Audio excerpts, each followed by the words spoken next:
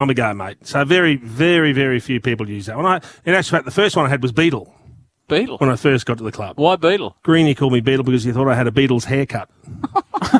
Thought I looked like Paul McCartney. With a little rat tail. Hang on. He looks like Paul McCartney. I'm not sure. Are you happy with yourself back then? Are you happy for us progressing maybe through finals that we start calling you Piggy? He stared you down. He stared you down and said that. That's disrespectful. That is. I just want to know if we can go to it or not. Well, as I said, very, very few people use it, Howie. Right. And I suggest you're not capable of being one of them. Okay. All right, we might take a break here. Just comes down to self-preservation, to come as we lead up to and how Kilda far out of the box I could just be you tonight. Carlton, McDonald's and Remont Water, Triple M Rocks Footy.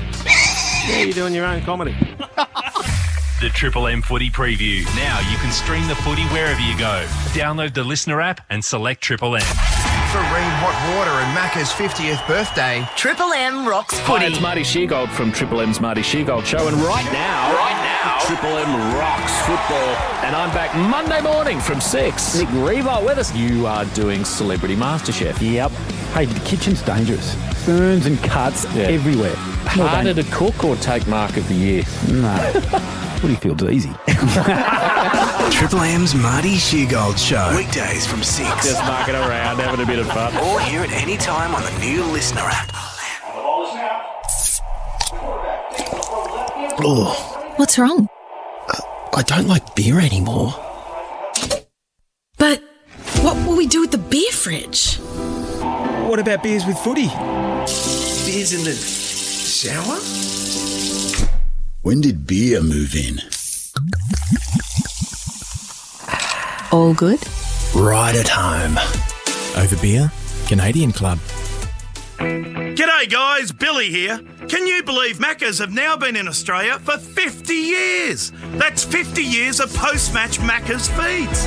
Where I grew up, in Jerilderie, we didn't have a Maccas. In fact, Jerilderie still doesn't have a Maccas. But I love playing other teams in the Murray League, like Deniliquin or Cobram, because those guys had a Maccas. 50 years of post-match Maccas. Now that's worth celebrating. Check 1, 2. QR code check. Check in. Before you start shopping at Woolworths, in Victoria, it's mandatory to check in with the Victorian Government QR code to make contact tracing easier. Hi, it's Jeff Quirk from Mercedes-Benz Brighton. Success stands out in a Mercedes-Benz Vito van. Available now from $52,990 drive away and with a 5-year warranty. Only while stocks last, so think Mercedes-Benz Brighton. LNCT 443, T's and C's apply. Amazing deals on Acer laptops now on at Harvey Norman. Need a laptop for home use? Get the Acer Aspire 3 for a hot price of $388. Are you looking for performance? Get the Acer Nitro 5 with NVIDIA GTX gaming graphics, now $998, save $400. Get the power you need with RTX graphics and i5 processor with the Acer Nitro 5 at $1,298. Save $500. Check your local store or online for more great deals now at Harvey Norman. Go! Melbourne's Best Buys. Check out the Catch app for one-tap payment on millions of products, like Usain's Bolts. For all the brands they love, everyday Aussies check out catch.com.au. Best Buys. When you're building a roof, you're best to go with Stramit. But a roof is only as good as its that keep everything together, and only Buildex screws will do. So enter the Fasten Up competition from Stramit and Buildex. You and your mates could win a charter fishing trip. Enter now on the Triple M win page. 105.1 Melbourne's Triple M. 105.1 Triple M. 86% of people don't see anxiety as a personal weakness. Sorry, mate, that's bad. No, you're fine. 86% of people don't see anxiety as a personal... just give me a sec. You're good. Take your time. People don't see anxiety... This is terrible. What you're thinking... They'll never work with me again. Isn't what they're thinking. Know when anxiety's talking. Visit Beyond Blue to start a life beyond anxiety. People think anxiety's a sign of personal weakness. Anxiety is something you can just snap out of. Anxiety isn't a real medical illness. If you think these statements are true, think again. Over 85% of Australians believe that anxiety is not a sign of personal weakness, is not something you can just snap out of, and is a real medical condition. What you're thinking isn't what they're thinking. Know when anxiety's talking. Learn more at beyondblue.org.au. It's another day at school, but it's the last place a young girl like Jess wants to be. Why? Because it's a constant reminder she lives in poverty. Her uniform doesn't fit, her shoes are falling apart, and her backpack is a plastic bag. Right now, there are 1 in 6 Australian children living in poverty who need our support. You can help by becoming a sponsor through the Smith family. Please sponsor an Australian child today. Search the Smith family. Now you can stream Triple M footy wherever you are. Download the Listener app and select Triple M. Get $10 off online orders at Coles when you spend $150. Hurry, and Sunday. Head to coles.com.au for details. T's and C's apply. Down to 11 tonight. A cracking day tomorrow with 19. The top may be a little wet for Sunday and 15. And tonight from 6, Triple M Rocks Footy. It's the Friday huddle ahead of the Saints and the Blues. To hear every second, download the Listener app and select Triple M Melbourne 105.1. G'day guys, Billy here. Can you believe Maccas have now been in Australia for 50 years? That's 50 years of post-match Maccas feeds. Where I grew up, in Jerilderie, we didn't have a Maccas. In fact, Jerilderie still doesn't have a Maccas. But I love playing other teams in the Murray League, like Deniliquin or Cobram, because those guys had a Maccas. 50 years of post-match Maccas. Now that's worth celebrating.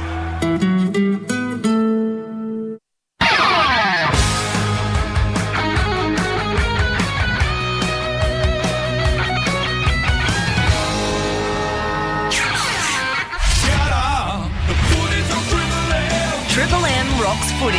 This quarter for Beacon Trade. There to support Sparkies with 7:30am opening hours, trade prices and free delivery from over 100 Beacon lighting stores. Not long till the Saints get set to take on Carlton, 15 minutes away. We'll speak to our man Tommy Brown from Bob Jane T-Mart shortly. Get world-class deals on world-class brands. Buy 3, get 1 free and instant cashbacks, bobjane.com.au, and we'll discuss with him from what I believe he is about to be, if he hasn't already been anointed, the chief football reporter on Channel 7. He deserves it. He does, and we'll get to that. But I think your mail's good there, Howie. Yeah, no, it's been done this week. And we'll ask him about that.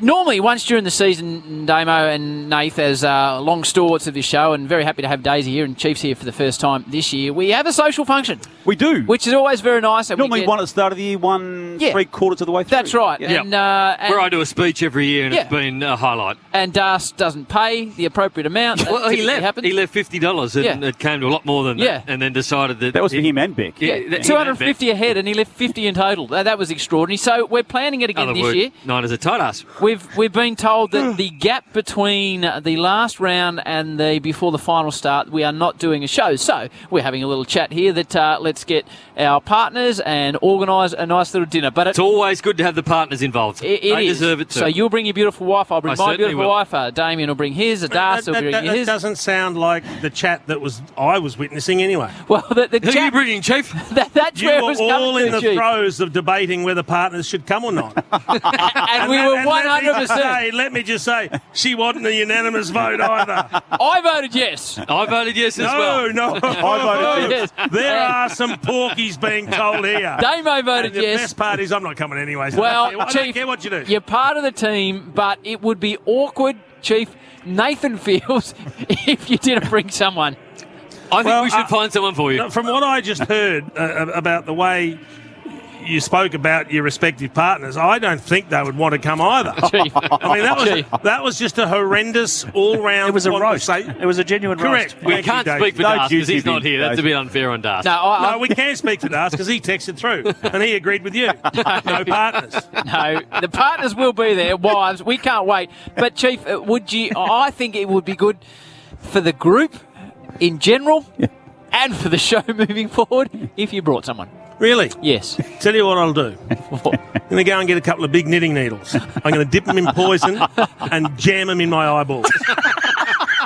That's what I'd rather do than come to dinner with you, Flogs, and your lovely partners. Yes, you do. So you don't even want to come? Christine loves you. Erica loves you too. You're one of her favourites. She thinks you're hilarious. Well, happy to go out with them.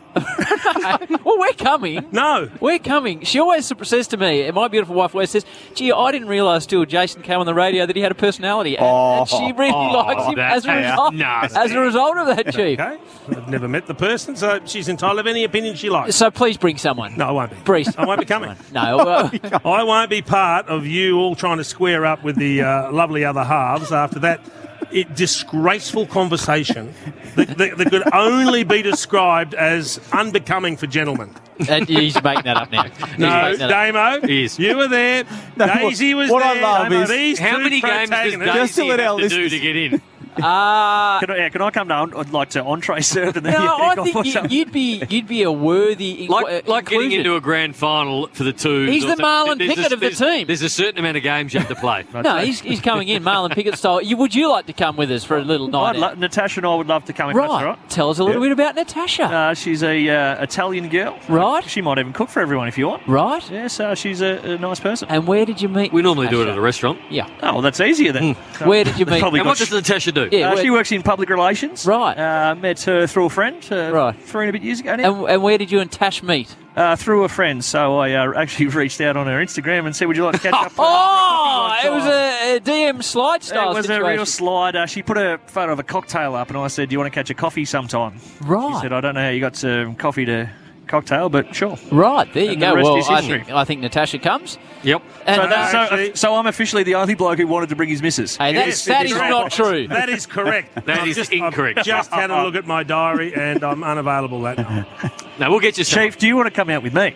We could do that. Yeah, that's an option. Is Bob Jane, Tommy Brown in the house at this stage or not? Because, Damo, the word is that after a long discussion at the 7 Network, if he hasn't already been internally announced, externally it will be announced soon in a big publicity-style launch. Well, it's a bit like... that he will be the main man. Yeah, a bit like Sam Mitchell and Usley Clarkson. Clarkson couldn't hang around. Mark Stevens couldn't hang around at Channel 7. Can I just say one thing, Damo? And Tommy's got the job. Well, something's happened. It's either gone that way or the completely opposite way. Because you don't turn up in the kit that he's wearing tonight unless you're either really comfortable or really pissed off. And I think he needs to get better at some of his social media. During the week, he said, this is on Twitter, Eddie Betts looks injured. He's in a right moon boot and balancing with a left walking stick. How did you figure that out, Tom? Well, that's why he's going to get there. Where is Tommy? Is he in the building yet or not? What was he wearing, Chief? Well, he had the suit, but he had the shirt hanging out. Tucked out. And sneakers. And the big Air Jordans on. He's kidding himself. Couldn't jump over a jam tin. No, he looked absolutely outrageous. We are leading. He doesn't want us talking about it, though, Howie. No, but... The chief footy reporter's job. I got the internal email from Gary O'Keefe saying there will be an announcement. Hang on. So that, yeah. When's it coming? Am I not allowed to say that? Probably not, but I'm glad you did. Okay. One of the great blokes, we'll ask him about one of the great blokes of the industry, Gary O'Keefe. Great head of hair. Absolute rip. Gary? Well put together, isn't he? And you sort of gently explored this last week, Brownie, but chief football reporter at a major network, financial, how's it go? Oh, it'd be too fitty, I think. On top of? No, I think too fitty for Tom at Channel 7 to be the chief. And Steve-O's not there anymore, so he would mop up or sponge up a bit of that. Bob Jane T-March, I think Air Jordan himself is on the line. Hello, Tommy. Good evening, Howie. I didn't get the Air Jordan reference because I just got back from Waverley and did a quick cross. I assume you might be referring to my white sneakers, but it's been a big day of news. Yeah, before we get to the news, mate, congratulations from what Daisy told us, an internal email and a big press release coming that you anointed the chief football reporter at 7. I know it's a job. You've covered it for a long time now. From all of us here at the Huddle, mate, congratulations, Tommy. We're proud of you, mate. Congratulations. I appreciate that. You're only as good as your last story, and I must admit I'm still annoyed with myself that I didn't get the Clarkson one this morning, but I had the initial handover story, but not the one this morning. But no, it is nice. I assume that's official, is it, guys? I haven't seen that release. Yep. I've been trying to chase Clarko and Kennedy around all day. No, it's official, Tommy. it was official a couple of weeks ago, but congratulations. Yeah, no, mate, the press release is, if it hasn't come through, we might have jumped the gun a bit. But no, that's a little bit awkward. You're as good as the job, Tommy. Hey, tell us, how was it down at Waverley today? I know you're a great study of body language. You heard what was said. Now explain what happened. It was diplomatic and it was all friendly, but it was quite staggering because at the end of the day, Clarko came down with Mitchell. Kennett spoke afterwards. Some of the senior players were there. James Henderson, Clarko's manager, who's, I think, engineered a lot of all this, was there. And it was an interesting mood, wasn't it? But I think there's one reason it was diplomatic today. and it was called the $900,000 reason. Clarko's obviously negotiated this settlement with the Hawks, and there was nothing he was going to do today to prejudice the big deposit, the big EFT transfer into his account of $900,000. So it was all sort of friendly, but it was a staggering situation. Do you think that happens in one transaction, Tom, or is that I over thought you might ask a that, certain Brownie. amount of transactions? Because that fascinates me if it's one lump sum 900 going in. Well, Hawthorn, to give you a football answer, can apportion that over 2 years of the soft cap, but I reckon the big 900 might just hit the Clarkson, East Brighton, Commonwealth account, Brownie, in one hit. Who knows? I'd only be speculating. It's a fair whack. I don't even know the tax treatment of that, but you would know that, Brownie, probably. But it is a staggering situation. They had to act all friendly today, but as Duck, I think, alluded to pre-game tonight, I mean, given Hawthorn's statements and their attack of the media and attack of Caroline Wilson's reports in recent weeks, with the greatest of respect, it's hard to believe a great deal of what they've spun recently. It's been a pretty staggering period in terms of how it all unravelled. The official view today was the catalyst was the senior players raising issues with the handover. The unofficial view tonight, which I'm sure Damo's perhaps alluded to, is that, my sources are suggesting that Clarko almost willed Kennett in the end into doing this and brought it on out of sheer frustration with the nature and the unworkability of the deal. I don't know if we'll ever get the truth. We might once see down the track, perhaps. Just before we let you go, Tommy, if, as we've surmised that you are the main man, what else? What perks involved? Is it a different desk? Is it a corner office? Do you get an extra car park? What happens? Well, I don't know about the perks. I know Steve-O sort of had himself in a, a Q5 or an A5. I've just got the Corolla rolling at the moment. Do you get to play tennis 3 times a week like Steve-O did? with Duck? No, there's no tennis. I think you do get some degree of roster, not priority, but you can sort of, help set your own hours and just go about finding your own stories. I'm not sure if there's any perks. I'm just going to try and keep finding stories. Is the solarium requirement as part of the handover as well? Well, Steve-O's appearance improved over the years, didn't it? I mean, he came in good-looking and youthful, but he always had impeccable haircuts, impeccable suits, the solarium, the tennis. Maybe I've got to do more looking after of myself and less running around, but I'm not too sure what the perks are, Howie. I'm very happy to have the job, and it's got to work hard. That's the most important thing. And you do, mate, and we're genuine in our congratulations. It's a fantastic reward, mate, a fantastic reward. I'm coming down to tennis, Jay, so I'm going to get on the court and see how I go. Always welcome. And will you have that moniker on your super now when we see you next? Tom Brown, Chief Football Reporter? No, we're into results, not titles. I think they did use it in the first break tonight, not in sport. So I guess they'll use it on selective big stories or perhaps consistently. I'm not about that. I'm just trying to do a good job. And So you're not about that, but you noted they did use it in the first break, Tommy. I did hear it, and I had a big sort of smile on my face as they crossed Tommy, me. you've been building up and working toward this for 3 or 4 years, I reckon. It's funny, though, Damo, because you see young guys come through like Mitch Cleary, and when you try and break stories and you see, young guys do it, and I was going to keep working hard. You're only as good as your last story. So I'm excited, but I'm also not worried. Just going to keep working hard. Brownie. There's young guys coming through. It's like footy. Can Tommy actually play tennis? I don't think so. I'm not. I used to be okay. Let me retract that invitation, Tommy. We'll find a different way to catch up. He's got the right sneakers for it. Good on you, Brownie. No, we're proud of you, mate. In all seriousness, you work very, very hard, and you well and truly deserve the job, mate. You're a star. So congratulations, mate. Well done. Younger generation are coming hard, Damo, aren't they, in your space? They are, but Tom's doesn't need to worry about too many of them, I wouldn't have thought. Wouldn't have thought so. All right, Chief. 3 things the Blues need to do to win tonight's game. The Saints. The Saints, Chief. Yes, sorry. Daisy is the Blues, yes. Yeah, very good. Very good. For me, they've got a number of things they need to do. First and foremost is cover for the late loss of Paddy Ryder. That is massive. So Rowan Marshall does a lot of the ruck work. Hunter has to come in and play a very, very serviceable role and make sure that they have control around the stoppages. They can't allow Carlton's midfield to get on top. They've got to give plenty of space, plenty of room and plenty of opportunity to Max King. The boy's on fire. He turned it on last week. While he's hot, feed him. Let him dominate that forward line because, whoever he gets, whether it's a Wiedering, whether it's a Liam Jones, he has a huge reach advantage. Give him an opportunity to show us what he did last week again tonight. That will go a long way towards winning things for you. And the other thing is, when you get a chance, kick the bloody goal. They've got some of the worst conversion in the competition, the Saints. Something like 4 out of the last 5 years they've been dreadful. They had one anomaly a couple of seasons ago where they kicked well, but every other year they've been absolute rubbish. And if you're rubbish, it costs you games. That's very nice. And Daisy, now 3 things that the Blues need to do to win tonight. Yeah, well, Max King's the star, so whether Wiedering goes to him, I assume that'll be the case. So he's going to have to improve on what he served up last week. Pretty disappointing effort against the big Suvalaki, kicking 6 goals on him. So 7. He needs to... Well, 7 in the end, 6 on him. 7 was when he went forward. But you anyway, were right, Daisy. I'll stick with You're your right, Daisy. You just do your prep there, Brownie. You're so right, mate. Wiedering's going to have to not only be competitive, but not let him get the run and jump at it. He played a bit like Cox did for Collingwood, that kick into the forward line. So if you let him have a clean run and jump at it, he will mark it. So I'll be looking at a lot of work he's doing. Sammy Walsh, he's the one, whether or not he gets tagged through the midfield. So if he gets tagged, who's going to step up? We know Paddy Cripps has been under the pump a little bit, not in the best form, but also there. Who's going to step up around him? Paddy Dow's had a really good season so far. And the third one is how the big 2 forwards are going to go down there. Harry Mackay back in after a toe injury, and of course Charlie Curnow, whether or not they can provide a big enough target and be serviceable enough all night to kick a winning score.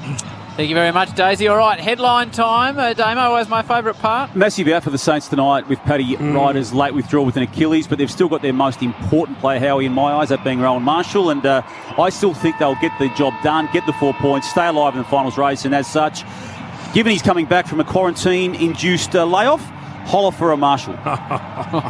It's good. I like it. I like it. I like it. Hey, Damo, take the rest of the night off. You've dominated as always, mate. Well done on all the Hawthorn stuff. Good calling, boys. Beauty. Damo on the Saturday rub tomorrow. All right, we're set for a start here. It is the Blues taking on the Saints.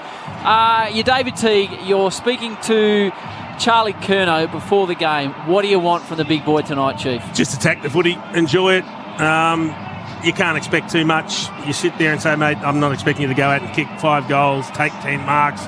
Just go out there and attack the footy. You've done the work. You've done the rehab. You've had ample time off. We've taken every possible precaution with you. Just feel free and enjoy your game. Love it. The Chew Man not too far away from joining us as well on Friday Night Football. We're under the roof here. Head-to-head, 222 played, 167 win for the Blues, 57 for the Saints. All right, from McDonald's and Ream Hot Water, Triple M Rocks Footy on a Friday night. Here's our main man, Nate Brown. Umpire got the footy. Beautiful bounce in the middle too. De Koning up against that man Marshall. Got the tap down Marshall. Ross tried to go off the ground. Couldn't get connection with it. Cripps was in there. Later tackle. Steele did too. Steele at ground level. And the umpire will come in and call for a ball up early. Nunes on the bottom of that pack. The former Saint facing his old side. The umpire, centre wing, comes in, elevates it. Inching the ball forward was Crouch. It's a bouncing ball inside forward 50. The Human Caravan picked it up. That was Wiedering. High ball back towards the middle of the ground. And Highmore been very good this year. Transfers play. The other side's a dangerous kick, but it's a good one too. And they get the mark through Burns.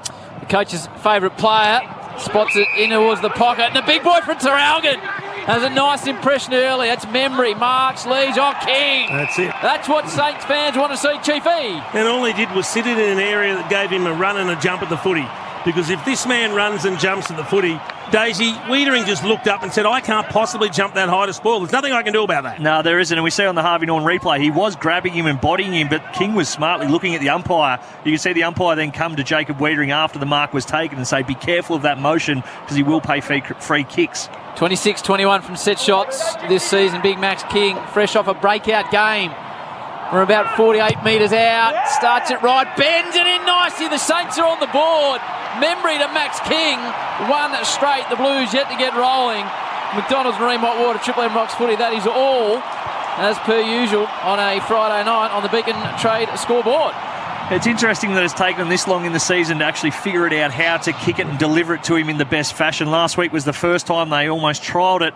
And as I sort of said, it's that Mason Cox kick that dominated against Richmond in that prelim where you don't kick it on his head, you don't kick it high, you just put it low and flat but high enough in front of him to a space where he can present out. And as you said, once those arms go up, Wiedering has no chance to get there whatsoever. So they've got Hunter playing forward as well. Liam Jones goes to him. Lockie Plowman goes to Tim Membry. What a scary proposition he's going to be for defenders over the next decade and a bit. Extraordinary. They keep starting Sam Walsh at half forward too. Yeah. He didn't start at the first bounce, then he just sprints straight up the wing. He goes to the wing, Newman goes back, and Ed Kerner, who starts off the back of the square, goes straight through to centre forward. For McDonald's and Remont Water, Triple M Rocks footy. First one of the night to the Saints. King on the back of 6 last week, kicks the first one. The ball pops out. Jones had 32 last week, picked it up nicely. Then he lost the footy. Good tackle. Really good tackle laid by Kennedy. They get the free kick, the Blues. Advantage played inside forward 50, and Mackay leads out and takes an easy mark. 30 metres out, pretty much on a 45-degree angle. Oh, this is exciting. Big forwards at each end. Let's see if they can get hold of the defence and kick some bags. He's going to go around the corner here. Well, this is his perfect spot, Chief, isn't it? On the left side. He was practising them pre-game. Pulled a couple too far, so let's hope he's adjusted. On the other side, he has to go the set shot. This side, he lines them up and kicks the goal for the Blues. 1 goal each. Fast start by both. And it's an even ball game. Triple M Beacon Trade scoreboard supporting Sparky. 7:30 a.m. opening hours. Trade price, free delivery. Over 100 Beacon lighting stores. Yeah, just on the back of some really good pressure through the middle there. Kennedy it was who got the St Kilda player holding the ball, and off that, Paddy Dow, smart enough to take the advantage, knowing if he had given it back, the St Kilda players would have had time to get back and fill some holes. But he's been a much improved player. Both of those players have been really, really solid in the past month, so it's great to see. Obviously played a lot of games early, was probably gifted far too many, in my opinion, under Brendan Bolton. So great to see him work his way through that and now becoming a pivotal part of that Carlton midfield. Really keen to keep an eye on Sam Walsh. So he started the first 2 bounces near side, high half forward. Now he's on the far wing. So they're moving him around, but you want to get him involved as early as possible. Hello, Two-Man. Yeah, good evening, Howie. Just with Paddy Dell, spot on Daisy. Past month, raking up 20 disposals per game, which is a PB for him. Two-Man for Red Z. Red Z lending loans for the self-employed. Nice start, both big forwards on the ground. Now we need to see Curnow get amongst it as well. He's got Wilkie on him at the moment at centre half forward. The Blues in their white Real Madrid style jumper. The Saints in the traditional. Marshall de Koning, who took that big hanger last week. Ed Curnow in game 201 down towards Charlie for the first time. He's a little bit off the pace now. There's an opportunity for him. Coming in is Burns. He gets sat on. Comes out to Clark. The chain of hand pass comes out to Jones from Crouch. Advantage play to the Saints. But Liam Jones picks him off, took a really good mark, and that's a dangerous kick into the middle of the ground. Does it pay off? Really good, strong mark. It was dropped in the end. The umpire didn't pay it, and it fell out towards Clark. Right foot, he was tackled as he kicked it, but a bouncing ball. Wiedering picked it up nicely. The Blues in the middle of the ground. Nick Newman. That's an errant kick. Came off directly up the side of his boot, but fortuitously landed in the hands of Kerner on the outer side. That was Ed. He goes down towards half forward. Looking for and finding Martin. Plays on. Was tackled as he did it. Silvani. Hands up, but the Saints through Hunter Clark should be able to get the footy out. Tackled. Billings fell to the ground. Walsh went in. Got the handball out. Cripps stood up in the tackle. Got it back to Walsh. Another one. Dow back inside forward 50. The kick is good. That's his second elite kick inside forward 50. Dow. And Silvani takes the mark 40 metres out. One thing we can notice early from the Blues, intense pressure on the Saints. They are showing some real attitude when they haven't got the footy.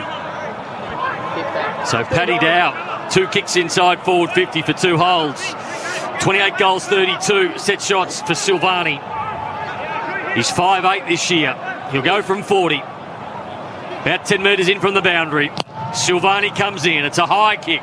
Not going to be a goal. Slides across the face. No mark taken. Only Saints at the ground level. And they release the footy, looking for that man Membry, Howie's favourite. And Walsh has got the end of it. Strips him of the footy. Comes out hard the other way. Dishes it off to Josh Honey. Snap round the corner. Quick kick out of defence. Now the way back to Jones. Centre wing. Wiedering. Looks towards the boundary line. And he gets there. Chief, I could have this completely wrong. Josh Honey. Did I read he was related, talk about the Olympics to the great Gary Honey, jumper? yeah. Silver medalist? I think so. Okay. You could be wrong there. I could be, maybe. Where was that, Chief? You're our Olympics man. Was it back in LA? 84 was Gary Honey, I reckon.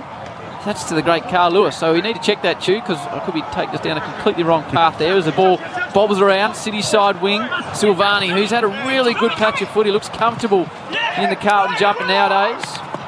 Ball on the other side.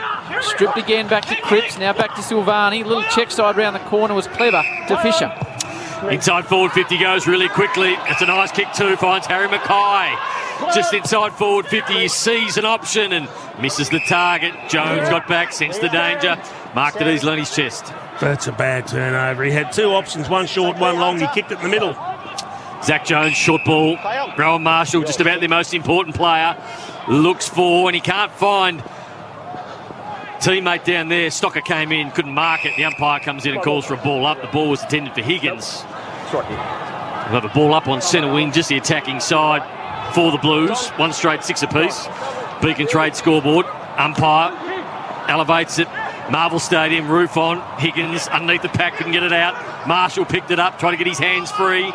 Didn't really do it. The tackle by Ed Curnow was brilliant. And the umpires are here in the background holding the ball. Ed Curnow gets a free kick. Uncle Gary Honey, Chief, not father. There we go. Gary Honey. So we were in the right department. So Curnow, great to have to identify it's Ed now that Charlie's back out on the ground. Drives the ball forward. Love to find his brother. Bursts through his hands. Saints under pressure. 20 out from their defensive goal. Kennedy's hanging around the pack. Spills out to Walsh. Look at this man. Snaps around the corner. What a player he is. Walsh, the Ocean Grove Flyer, with the second for the Blues. They lead it 2 straight to the Saints at 1 straight. That is all in Triple M Beacon Trade scoreboard, supporting Sparkies with 7:30am opening hours, trade prices and free delivery from over 100 Beacon lighting stores. Yeah, second goal directly from a free kick after a holding the ball decision, so the pressure is right up. And no real surprises that Ed Curnow got it, and he was looking for one man inside forward 50. Good to see where his big brother was leading to. He actually put a pretty nice kick in his area, just came out. Couldn't quite juke it, but watching Charlie get around the ground, he's playing a bit deeper. Harry Mackay playing up the ground a touch more, so I don't think he's had a stat yet, has he? That being Charlie Truman? Yeah, for Triple M Red Z, spot on, Daisy. And you spoke about the Blues' pressure. So the last month, they've only been averaging 12 tackles per quarter. They've already racked up 12 inside 8 minutes of play. Good stat, Triple M Red Z lending. That's intent for the Blues. Give us that stat again, Ash. That was outstanding. Yeah, they've only been averaging 12 tackles per quarter over the past month. They've racked up 12 already inside 8 minutes. Good work by Ash Chua. Triple M Red Z lending, and the Saints in the middle of the ground. Trying to go off the ground with Steele, but he couldn't. The Blues have been good. Williamson got tackled by that man Steele, and the umpire's going to ping him. Trying to work his way through. Williamson did, but he wasn't going through there. Jack Steele gets up quickly, runs, right foot inside forward 50. He's a good kick to King on the lead. Wiedering lost him again, and he'll kick from pretty much the same spot. You just see his confidence. He's just attacking the footy. He's an athlete, this kid. He's huge. He's tall, enormous reach. He can jump high, but he's got great wheels. He is very quick. Quick, isn't he? Oh, mate. If he gets space like that to lead into, no one will go with him. Can he deliver another good kick? His confidence would be building by the week. 6 last week. 1 kick, 1 goal so far tonight. King from 40. Nice run up, right foot. Whoa. He's got 2 already. What about this boy? He's going well. King with 2. And it's a good game early. 2 straight 12 apiece. Triple M Beacon Trade scoreboard. I've seen a little bit of King throughout the season. I think his greatest development now is the fact that he's willing to work through the defender and their ability to try and dictate where he can lead. In that instance there, he was back in a pack. He was working through. Wiedering was putting some serious body work into him, as we saw on the Harvey Norman replay. Hunter came back, gave him a really nice block, but it was then his decision of where to lead and at what time, and the connection going inside forward 50 between the Saints and King has been absolutely electric in the last, what's that now, 4.5 quarters of footy. And with King, so from rounds 5 to 11, he kicked 5 goals, 14 from set shots. Last 9 games, he's nailed 17 goals, 4. Interesting to see on the Triple M Harvey Norman replay screen, Chief, how many players got back to try and block for King. Harvey Norman, your leaders in technology with a huge range of laptops to suit any budget. Shop online with contactless click and collect available. That's a nice little situation. So, 2 goals apiece. And that's where we're at the moment. Partway into the first term. Out of side ball. Punched out of the hands of Dean Kent, the former Demon. Tracks it tight towards the boundary. Stocker, he's had a good year. Sees it across the line, city side. Triple M Seabus Super Specials, delivering consistent long-term return for members Seabus Rollers. You got Jason Dunstall, Daisy Thomas there, your Caleb Dressel sort of Kyle Chalmers style scenario in the back row. Top, big alpha dogs. Big high boundary throw in on the outer side. Marshall picked it up from ground level, only as far as down to Curnow. Another underside in the middle of the ground. Wide ball. Nunes has got it, marked it. Where are the runners? Nunes looks for them now. Players going everywhere. Down towards half forward. The kick sits up a bit. It got out the back. Bradley Hill read it nicely. He'll pick up the bouncing ball. Hooks it around the body. Not a really good effort. Got it back to Curnow. Curnow dumps it back inside forward 50. And the bouncing ball goes out of bounds in the pocket as player falls over under the fence. That was Dougal Howard. Could have been dangerous on the Triple M Harvey Norman replay, but he gets up. He's okay, the big boy. Rowan and Harry. McDonald's and Ream Hot Water, Triple M Rocks football. 2 straight apiece. 12 and a half to go, first term. Triple M Beacon Trade scoreboard. King's got 2. Cripps snaps around the corner. Can he do what Walsh did? Not quite. He gets it a little bit narrow. So the lead to the Blues is that one behind. 2-1 to 2 straight. Triple M Beacon Trade scoreboard. Jimmy Webster do the kicking into Dunstan, having a beautiful patch of footy since coming back in round 11. Webster goes with a wide ball looking for Kent. Ball hit the ground level. Martin was good, got it out to Dow. He's had a good start, back inside, forward 50. The kick was good, but dropped out there by Owie, still working hard. The Blues, Wilkie came in for support for the defenders, and the ball underneath the pack. The umpire's circling, but he's going to ball it up. He said the Carlton player was on top of it. Ball up, 40 metres out from the Blues' goal. What are you saying, Chewy? Yeah, Carlton pressure, twice as many tackles, virtually 15 to 8, plus 9 in disposals. Blues come out with some heat and some intent. G-Man with the red Zeds. Ball spills out now. Wilkie, released by hand. Gives it across the big fella, Paul Hunter. Now to Warners Bay. Oh, Paul Hunter, Brownie, what do you know about his work? Heaps. Right. He's a big boy. Paddy Ryder, a late out. Who are the medical subs, Chew? Medical subs, Sharman for St Kilda and Mark Murphy for the Blues. Stocker drops in towards the pocket. Curnow is there. That's Charlie, as is the boundary line. It's hemmed in. And in the end, it's not through from behind or just across the line. It's across the line, Chiefy boy. The Blues up by a point, 13 to 12. What are the early inside 50s, Ash? Jason, 7 to 3, Carlton's way. Yeah, playing at their end, aren't they? Tick under 14 minutes gone. Boundary throw in. Blues in attack. They lead by a point. Ruck work. Hunter and Mackay. Mackay tried to flip it out the back to Cripps. He did well. Cripps just let the ball go in the tackle. And well done by Steele. Wanted to bring it back, but they kept playing. Umpire called play on. Chain of handballs ended up with Billings. Billings just kicked it to the back of the player in front of him. I'm not sure how he managed to do that. Shanked it straight off the instep of the left foot, and it goes out of bounds. And won't want to see that one again, Jack Billings. I think he almost missed his foot there, Brownie. I was looking, he was trying to kick it long and high to Max King, who was trying to get out the back of his opponent to get him weedering, and on the replay, he kicked it off his ankle bone. Hard to do when you're running in 20 metres of space. Yes, not great. Daisy Thomas in the back row with the Chief on the Triple M C-Bar Supers. He's a big boy, Paul Hunter, 200 centimetres, 104 kilos, 28-year-old, so a mature age operator, Chewy. He certainly is, Howie, for Red Zed. Obviously, Chewy knows bugger all about him as well. Now it comes out to Sard. Dropped one he should have got. Then a Saints play went off the ground. Missed it completely. That was Crouch. Crouch will get another opportunity at ground level, but a hand passes straight to a Blue. Now comes out to Honey, nephew of Gary. Splits it to the near side. Jack Martin, skillful player. Bounces through his hands. He might get another opportunity. In the end, it'll be a free kick, though. He's the way of the Saints. Skillful player, Howie, but you're going to go with it 2 hands. He went one-handed. He did. He's got Kent on, charging towards half forward, but the Blues have got the numbers. Plowman comes from the left and fists it out of bounds, and Newman sees it over the line. A point lead to the Blues early stages. Boundary throw in. What do you got for us, Ash? I'm just looking at poor Hunter's life here. He was drafted as a 22-year-old in the 2016 AFL rookie draft. Did he go pick 13, Chewy? Pick 13, spot on, Daisy. I remember that one. So a boundary throw in. Crouch, standing start, had it smothered. Burns, high ball, free kick picked out. Well, you called it early, Daisy. He'd been given a warning, and that was free kick the king, mate. He got a hair trigger on his whistle. Well, you can hear the umpire there mic'd up exclusively for Triple M. He said, I gave you 2 warnings for the hold, and that's the 3rd. It's there. It's the arm around trying to retard his run at the footy. He was perplexed with him because he can't believe how quick the umpire pinged him. Fair enough. But he was watching. Yeah. He was just watching because he already the warnings. Yeah. This is for number 3 in the first quarter. The boy's on fire.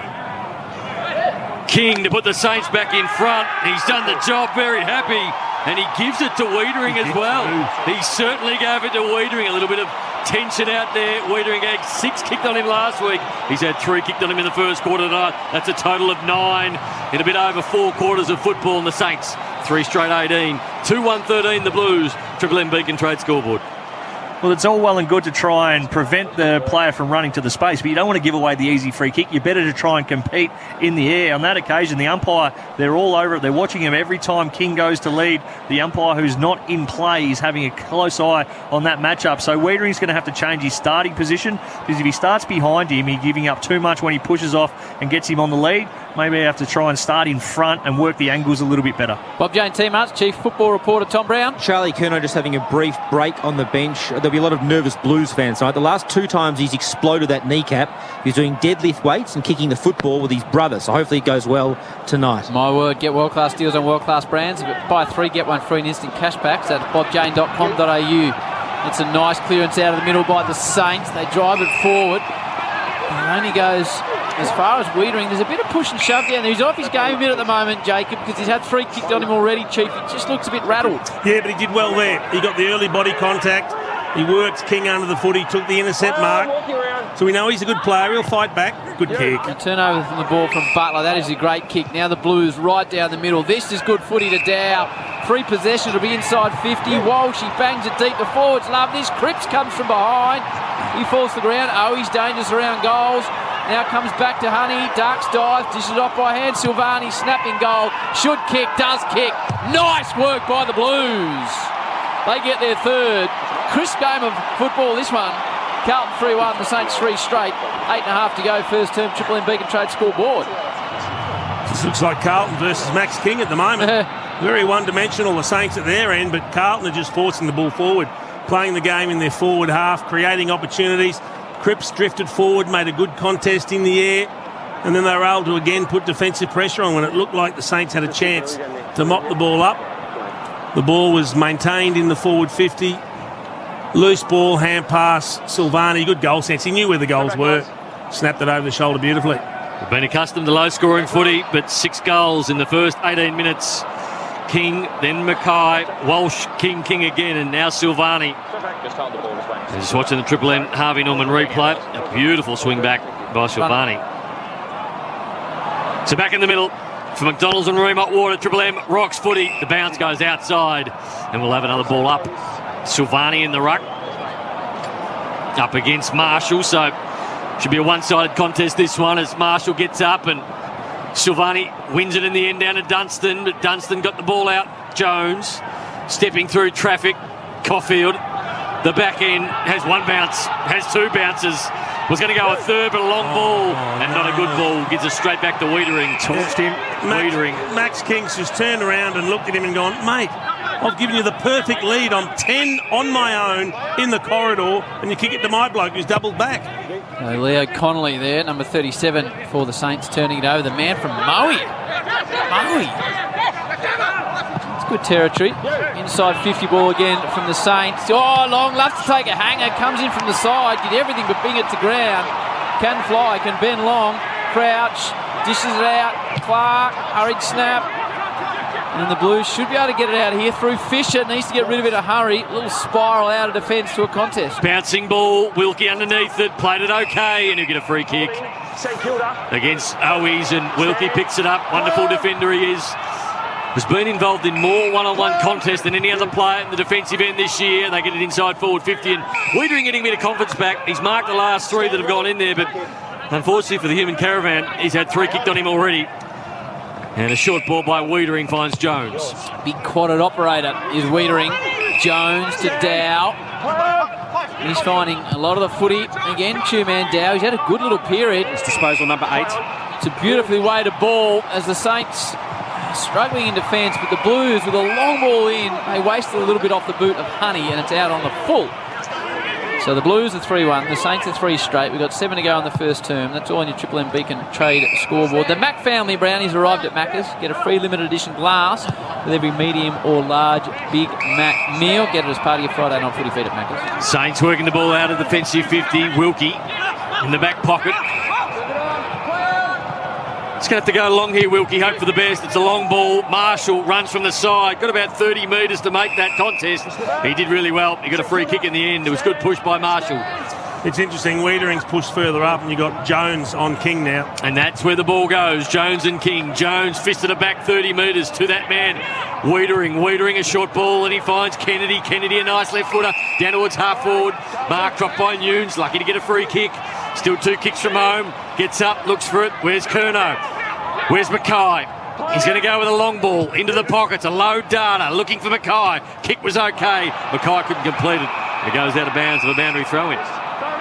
It's the old human caravan, Brownie. Are you giving out royalties as to where you got that one from? I have mentioned that you gave it to me, Daisy, but I think that was after I texted in one day when you ran with it 3 times demanding it.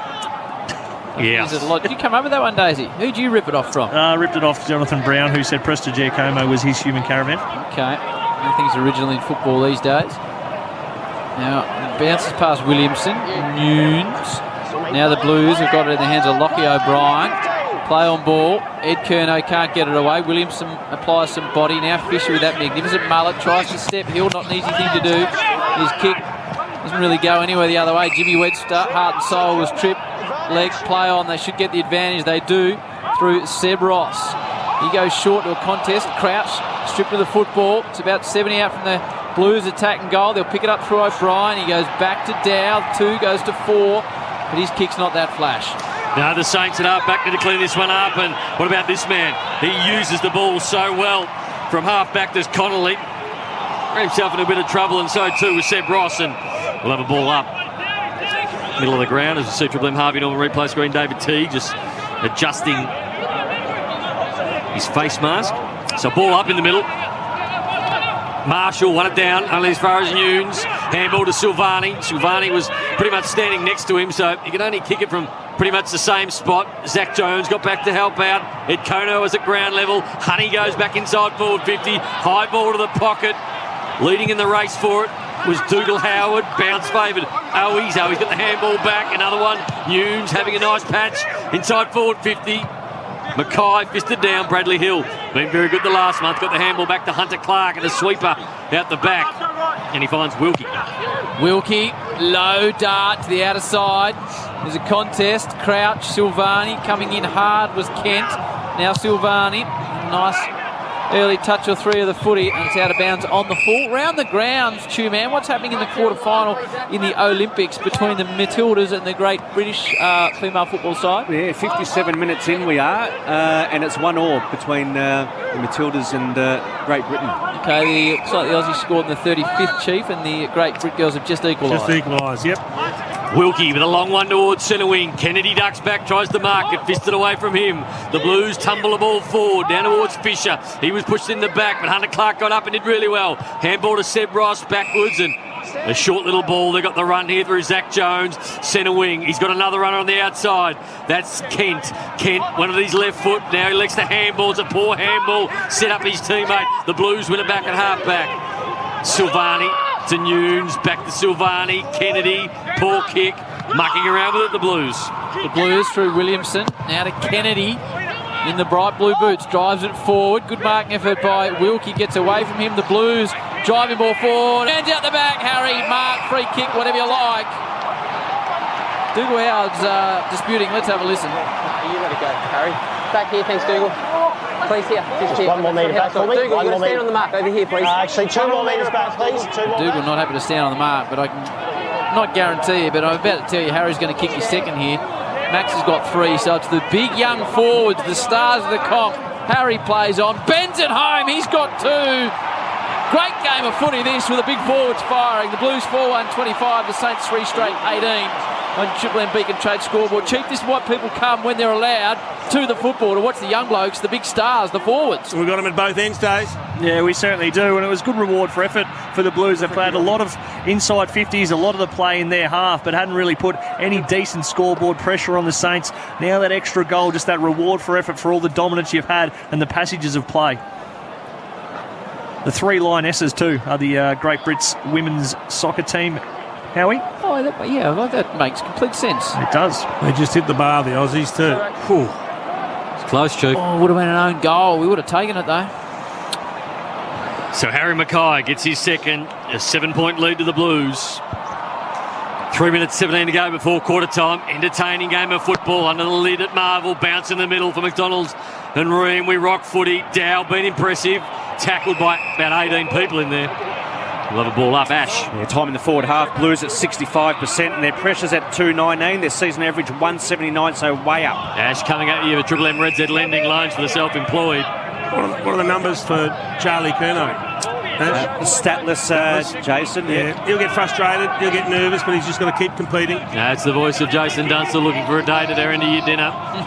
Ball comes out towards Curnow, bouncing one, left foot inside forward 50. It's a really wide one. Mackay, he's quick, but he's not that quick to get that. Dougal Howard had a double grab at it, and the ball got out of bounds of a boundary throw in. 48 out from the Blues goal. They're 25, the Saints are 7. Beacon Trade scoreboard. Round the ground, Barty and Pears got done by the Russians, so they now go into a bronze medal match in the mixed doubles in a day or two's time. Now, Dunstan gives it across to Steele, puts it well and truly out in front of Jack Higgins. There's a race in two. Now Kent arrives, tough-looking operator, got a similar amount of tattoos to Memory. It's all taking place city side, half forward for the Blues. And it's not getting out of the pack. 18 the Saints, 25 the Blues. What do you got for us, Big Chew Daddy? Some low numbers for the Saints. Jack Steele 4 touches and Brad Hill only 2. Jack Steele's getting another one now. He got the free kick for holding the ball, goes back. Clark, Connolly, wide.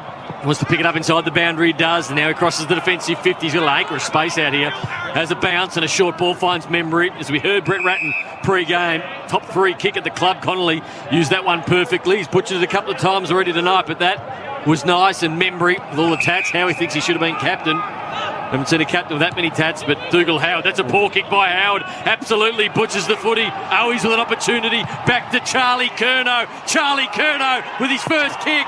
Welcome back, Big Charlie. Bangs one home from 55. And look at them all get to him. The Blues out by 13. 31 plays 18. Triple M Beacon Trade scoreboard. We just spoke about him. He hadn't had a touch. You've got to stay patient. Things just don't happen for you. But that is an exquisite finish. He's kicked that off one step around the corner, a low dart from 55. Never looked like missing. The goal umpire did not move. And great to see all his mates getting around him. That'll do his confidence the world of good. Yeah, fantastic to see him back out there, and an absolute gift from Dougal Howard. What was that?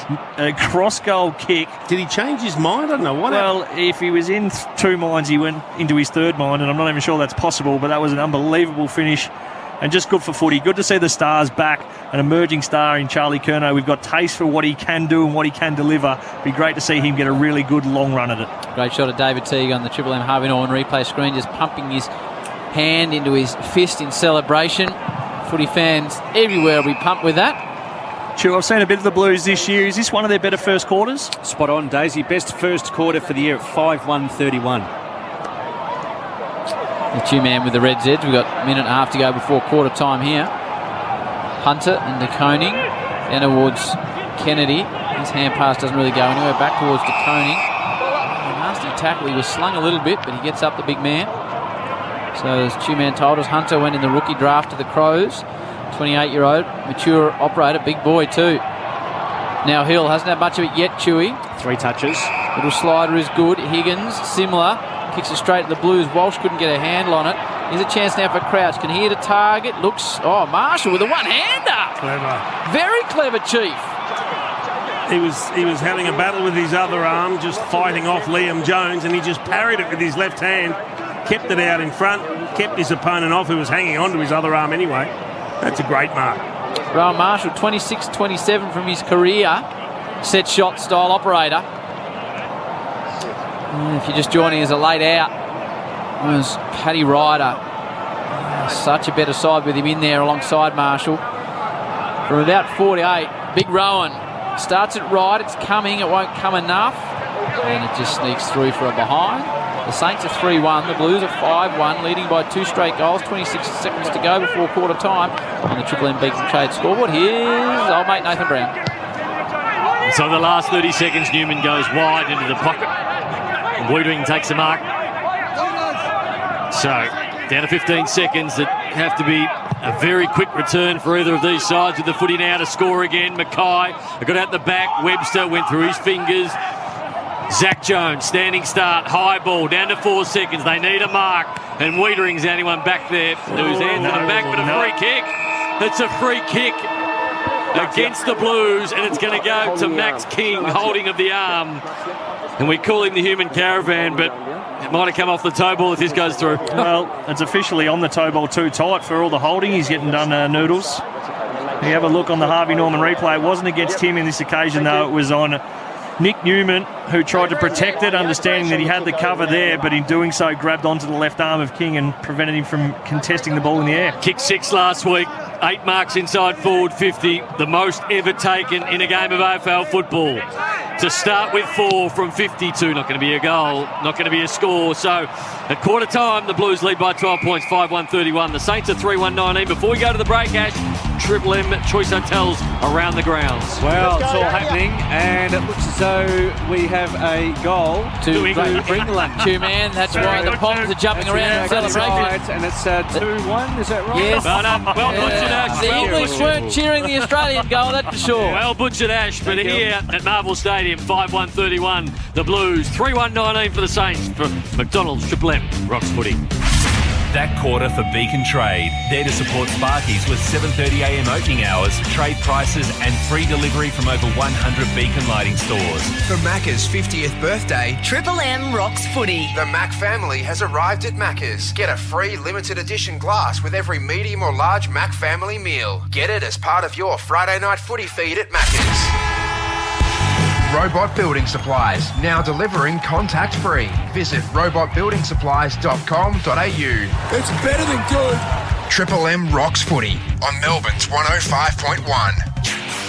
Hi, it's Marty Sheargold from Triple M's Marty Sheargold Show, and right now, Triple M rocks football, and I'm back Monday morning from 6. Daisy Thomas with us. Not only is the race for the 8 heating up, there's 4 or 5 teams who can still play finals. We can't, no. Mathematically, I just did the sums on it. It's actually over for us. There's 4. So if you win 8 of your next 4, we'll get it. Triple M's Marty Sheargold Show. Weekdays from 6. Or hear it anytime on the new Listener app.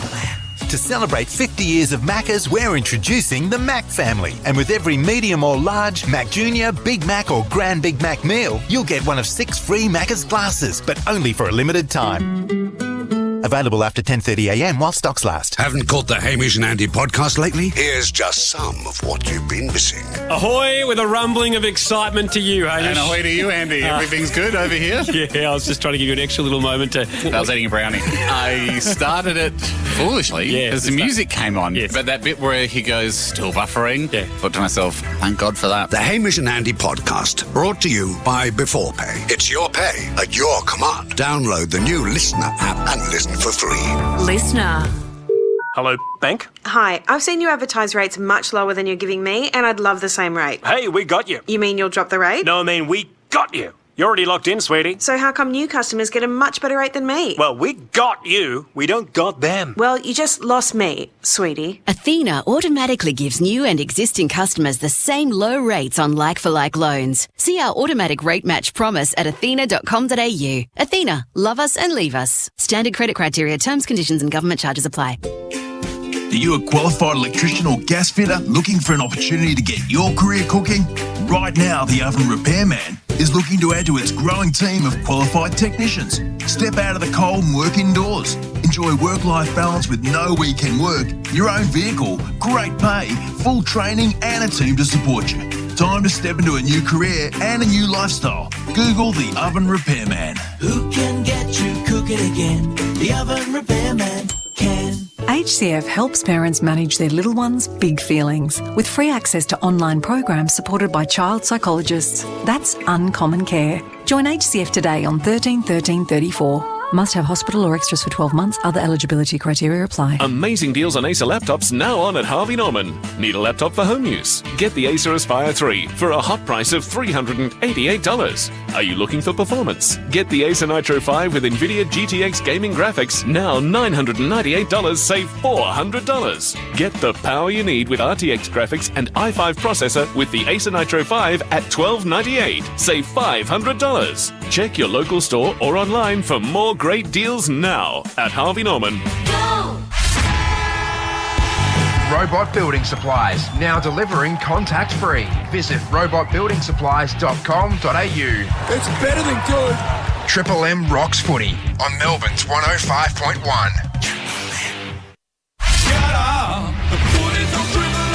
Triple M rocks footy. This quarter for IGA Liquor. Proudly local, proudly independent.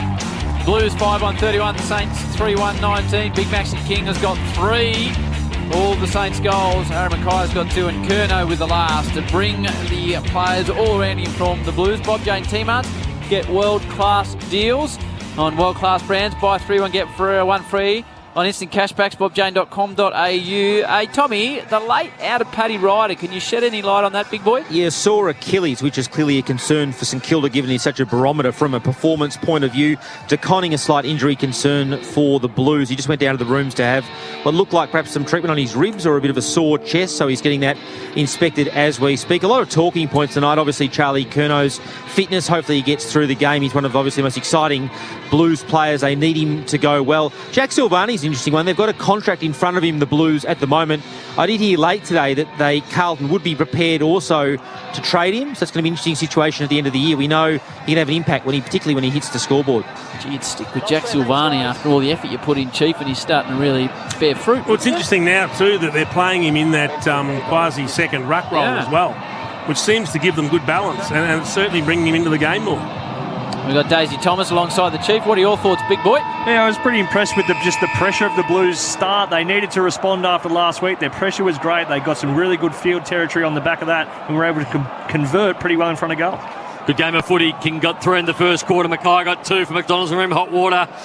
Triple M rocks footy in the middle of the ground. Going through hard was Kennedy, but couldn't quite handle the footy inside forward 50 of the Saints go. Bouncing ball. It's a high one. King came out hard at it, but couldn't quite wrap the footy up. Ball at ground level. Still an opportunity for the Saints. Ball bobbling around. Kennedy went back in. Tackled by Hunter.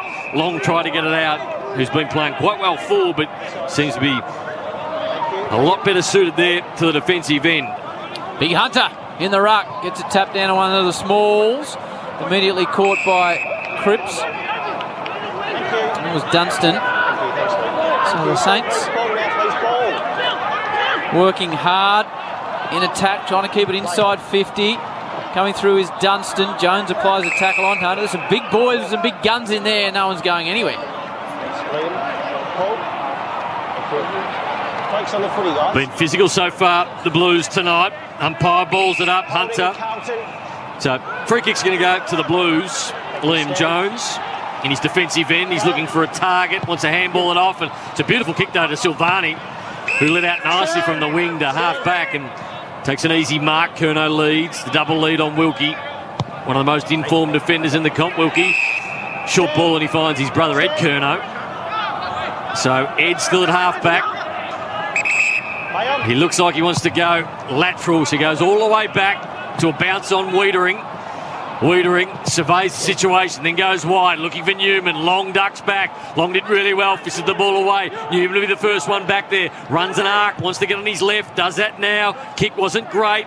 Went through a few players. Bradley Hill's hands were clean. Got it out to Highmore. Another one back to Webster. Highmore again. Webster waxing out there. Billings back to Webster. Had 3 in the chain.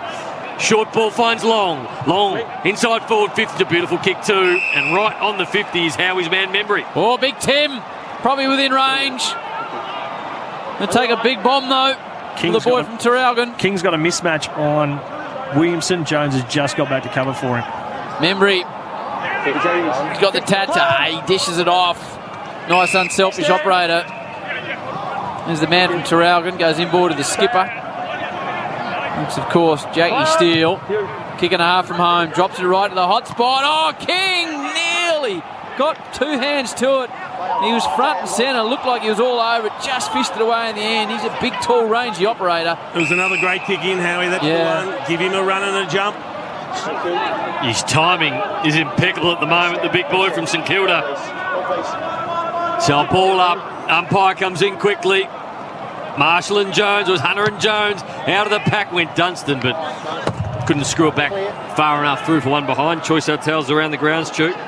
Thanks, Brownie. Still Great Britain leading the Matildas 2-1 How far into that one, Stu? 75 minutes. Okay. Better than your last cross. Thanks, Brownie. I'm sure that Stu's our Olympics man after the coverage he gave us of the opening ceremony last week when he said it was dedicated to the Victorian construction industry. Inside 50 ball, Wiedering arrives on the scene. Defensively, as does Newman, and he goes across the line on the outer side. I read all the papers the next day and I didn't see anyone analysis the cultural situation like that, Stu. I bet you didn't, Howie. But I like what you were bringing. Thank you. So boundary throw in. Saints are in attack at the moment. They trail by a couple of goals. Blues kick 5 in the first quarter. Their best first quarter for the year, Chu. Spot on, Brownie. Seb Ross, standing start with the right foot, goes back inside forward 50. Umpires picked out another free kick. This time it's going to go to the Blues. And Wiedering had a couple of free kicks against him. Triple M Harvey Norman replace Green. Mark Murphy sitting on the bench. Is he the medical sub, Chu? He is for Red Z, Howie. Game number 298. Yep. Ball the outer side. Surely he starts in game 300. Daisy? Has to. If he doesn't, it will be an injustice to the career that he's had. What do you think about that, Chief? Mark Murphy, game 300, starts on the go. I think he was a sub last week. He subbed this week. Yep. I think in 300 he'll start. I think so too. And look, he's obviously, not really figuring in their plans going forward, but as long as they get him to 300 the right way, send him out with respect, I think that's a job well done. Yep, spot on, Chief. Deserves it. He's been with them for so much of a tough time when he was their number one man. Free kick to the Saints. Billings low. Bang! Membry. Marks on his chest. In fact, it's Kent, the lookalike. And Dean, 48. He's probably got the legs of the former Demon. Play against this bloke, Daisy. He's sort of pretty tough looking man. Yeah, thick operator. Just goes low and hard and very hard to tackle, very hard to stop. And he doesn't mind initiating the contact when he does play forward. Thick is a good description for the man from Federals and the Waffle. Game 95, 84 goals. He hooks that one. And in the end just squeezes it through from behind, the thick one. The Saints are 3-3. The Blues are 5-1. It was the Blues by 12 at quarter time. They currently lead by 10 days. True, time in forward, half and inside 50s for the quarter for the Saints, please. Yep. Daisy, we have the Saints, they're tracking at for Triple M at Red Z. 95%, Blues at 5. So long ball kick out. That came from Plowman. Not sure why they'd have him kicking out, but they are. It's a boundary throw in. Just the attacking side of centre wing for the Blues. Marshall up against Silvani. No one touched that one. Crouch at ground level. Needs to throw it out because he's been tackled with one arm. He's got one arm pinned. And like the drummer from Def Leppard. We'll have a ball up. Bob Jane T-Marts. De Koning, has he gone down to the rooms for a spell there, Tommy? Yeah, I just mentioned that at quarter time, Howie. He's gone down, I think, with perhaps a chest injury. He's just had like a bit of soreness on the right-hand side, perhaps ribs, so he's just getting that checked. Good on you, Tommy. Crosses as always. Comes out towards Crouch. Boundary line. Crouch managed to keep it in, the former Crow. Now they pile in from everywhere. And there's a bit of push and shove on the Kilda half-forward line. And it's right on the boundary line when the umpire has to separate them. Choice Hotels round the ground, the Matildas and the 3 Lionesses. Yeah, it's 2-1 in favour of Great Britain, 78 minutes, Howie. So how long to go in that one, Chu? We've got about 12 minutes remaining. Plus stoppage time. Plus a bit of injury time. High ball to centre wing. Wilkie. Curnow was the flyer at ground level. The ball came back out to Curnow. His handball was smothered. Zach Jones wants to get it out of bounds, but underground handball was okay. Crouch tackled as soon as he got it by Curnow, and we'll have a ball up on centre wing. The Aussies almost scored, Ash, just missed. Jeez. Well, and it went out off a Great Britain player, and it wasn't called a corner for the Matildas as the ball goes out of bounds on the full here. Tommy, any word when we could potentially get people back at the football? It's a difficult sight to see. Howie, the state government said this weekend and next weekend it's a no-go. The AFL submitted a proposal to the state government to try and start at 25% and build up for the finals. The issue, though, is that some of the spread occurred at the MCG and at Amy Park, so it's a delicate issue, but it's being worked on. There's a pretty detailed submission in to the state government, so hopefully in a couple of weeks. Fingers crossed, Tommy. Footy needs crowds, and the crowds need footy. As the ball gets out the back of the pack, advantage paid, is it? It is. Walsh will kick his second, waltzing in, and the Blues are pretty stringing together a nice little quarter and a half here. They're 6-1. The Saints are 3-3. It's a 16-point lead all of a sudden. Game high situation. The Blues on the Triple M IJ Liquor scoreboard. IJ Liquor proud local, proudly independent. And Walsh, he's got 2. And how many touches has he had? Sam Walsh for Triple M Red Z, 8 touches as well. Oh, wow. You haven't really noticed him dominating around the ground. It's just that he's having important possessions. He's been able to sneak forward and kick a couple. So we mentioned the role that he was playing. A little bit outside, a bit of high half forward, a bit of wing. Not traditionally the inside mid that we've seen at different stages this year when he's picked up 30-plus possessions a week, but certainly having an impact on the scoreboard. And it was a really good 8 minutes for the Blues, although they didn't have hardly any of the ball in their forward half of the ground. They were able to defend really well, hang in there, limit the scoring capacity of St Kilda, and then I think it was with their first inside 50 of the quarter, they were able to go forward and score on the back of that. The Blues have kicked the last 4. They lead by 16. Jones out of the middle. The fend off of Walsh. Did it nicely. Steele, a high up and under ball that went very, very high. Attacking the ball was Kent and Membry. Fisted out. Opportunity for the Saints. And a good tackle by Dow on Ross brings him down. They'll have a ball up. 40 out from the Saints goal. Had a look at De Koning on the bench on the Harvey Norman replay. Doctor talking to him. He's shaking his head. Looks okay, though. He's a big boy. Here's De Koning. Liam Jones off the ground, doesn't really work out. Lands in the hands of Tommy Highmore, the man from Canberra. 70 from home, so just nurses the ball to about 35 towards Membry. Coming in is Williamson. Tries to get a hand pass away, doesn't quite clear his defensive zone, but applies a tackle on the Saints, who are deep in attack. Triple M Harvey Norman replay. Both coaches looking a little bit edgy. Harvey Norman, your leaders in technology with a huge range of laptops to suit any budget. Shop online with contactless click and collect available. 10 metres out from the Saints goal. Marshall grabbed it out of the ruck. Eventually got a kick. Dow was there, ridden into the ground by Jones. The umpire's going to ball it up again. 16-point lead to the Blues. Everyone on the ground within 65 metres of goal. So umpire pulls up the yellow Sharon long. Can he track it back? He can't. Wiedering high up and under. Doesn't really clear the air, but a great mark taken by Martin. That was timely. And it was a contested style. Players everywhere. If he had dropped it, there were St Kilda players who wanted to take that ball away. Chips to Kennedy. Kennedy back and across. Blues just massaging the ball across to the outer flank, city side, to Wiedering. King kicked the first 3 for the Saints, but since then Jacob has fought back nicely. Down towards Charlie Kerno, kicked a cracker late in the term. And the ball's out of bounds on the outer side. How long to go in the women's football, Chew, in the Olympic Games? Yeah, we have 8 minutes plus stoppage time. Still 2-1 to Great Britain. Okay. Ball on the outer side of Marvel. The city side. 16-point lead to the Blues. Mackay's got 2. Walsh got 2. King up the other end has 3. It's been a good game of footy so far. Dunstan tracks the footy. Trying to pick it up and paddle it out in front of his teammate. You get a free kick in the end. I think it's going to go to Dunstan. Every game above 25 disposals since he came back into the side, except last week, dropped down to 18, but he started well again tonight. Long ball from half back to half forward. Jones fisted it down towards Higgins. Higgins handball forward. Long. Another one back to Higgins. High ball inside forward 50. Ball got out the back. Bouncing danger for the Blues, but they clean it up. Dow goes wide. Indeed he does. Now the Blues running it off the half-back line. Medallion club side to Martin. Where's he at, Chew? Jack Martin, disposal number 6. It's on the Reds' edge. Uses it nicely to be Harry. A kick 2 in the first term. Aggressive ball inboard. Is real sharp to Jack Silvani. Good build-up from the Blues.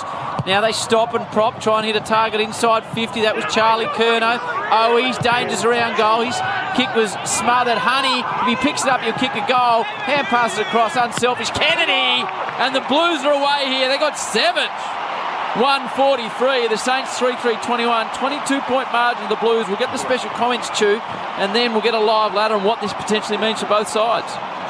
Chew, statistically, I feel like the Saints are dominating the quarter with possession, timing forward, half inside 50s, but the Blues just more efficient when they do go inside 50. Yeah, no doubt. The entries are 7-2 St Kilda's way, but those 2 entries for the Blues have resulted in 2 majors. 23% differential in terms of kicking percentage between the two sides in this quarter. Last 5 goals for the Blues. Live latitude. We just spoke to Brad Ratton. Their finals hopes are live. The Blues, well, they got a lot to work out to get in there themselves. So we'll break it down for Carlton. So if they if they were to win. If they were to win tonight, best case scenario, either one game outside the 8 or 6 points if the Giants were to defeat Port Adelaide. That's the Blues? That's for the Blues. And the Saints? And for the Saints, well, best case scenario for them, either 2 points or one game outside the 8 if they were to lose tonight. Ask your plumber to install a ream, steady, hot and strong. The Blues out of the middle. Dow been good, handball intercepted by Hill, and he got it back towards Dunstan. Dunstan at half-back. Standing start. He's done a full 360. Got it back to Bradley Hill where it came from. Bradley Hill, it's a nice right foot ball. Found Kent. He's got Butler ducking back. Kent wants to give it. The handball was a little bit too aggressive for Crouch, but Crouch went back and got it. Higgins, one way, then the other. Left foot high ball into the pocket. Here comes King. With the ball get out the back of a boundary throw-in. 43 plays, 21, 22-point lead to the Blues. Triple M, IJ Liquor scoreboard. You got Daisy Thomas and Jason Dunstan on the Triple M Seabus Supers, delivering consistent long-term return for members. Seabus for all of us. Gold and silver medalists, those two in the back row. Both big names in the game. They're doing a great job. Jones with the ball just gone only as far as Walsh. Tries to clear defensive areas, but can't with that handball. Now Dunstan, as Nate said, he's had a fine season. Hooked the ball towards King. Wiedering wore him very tightly.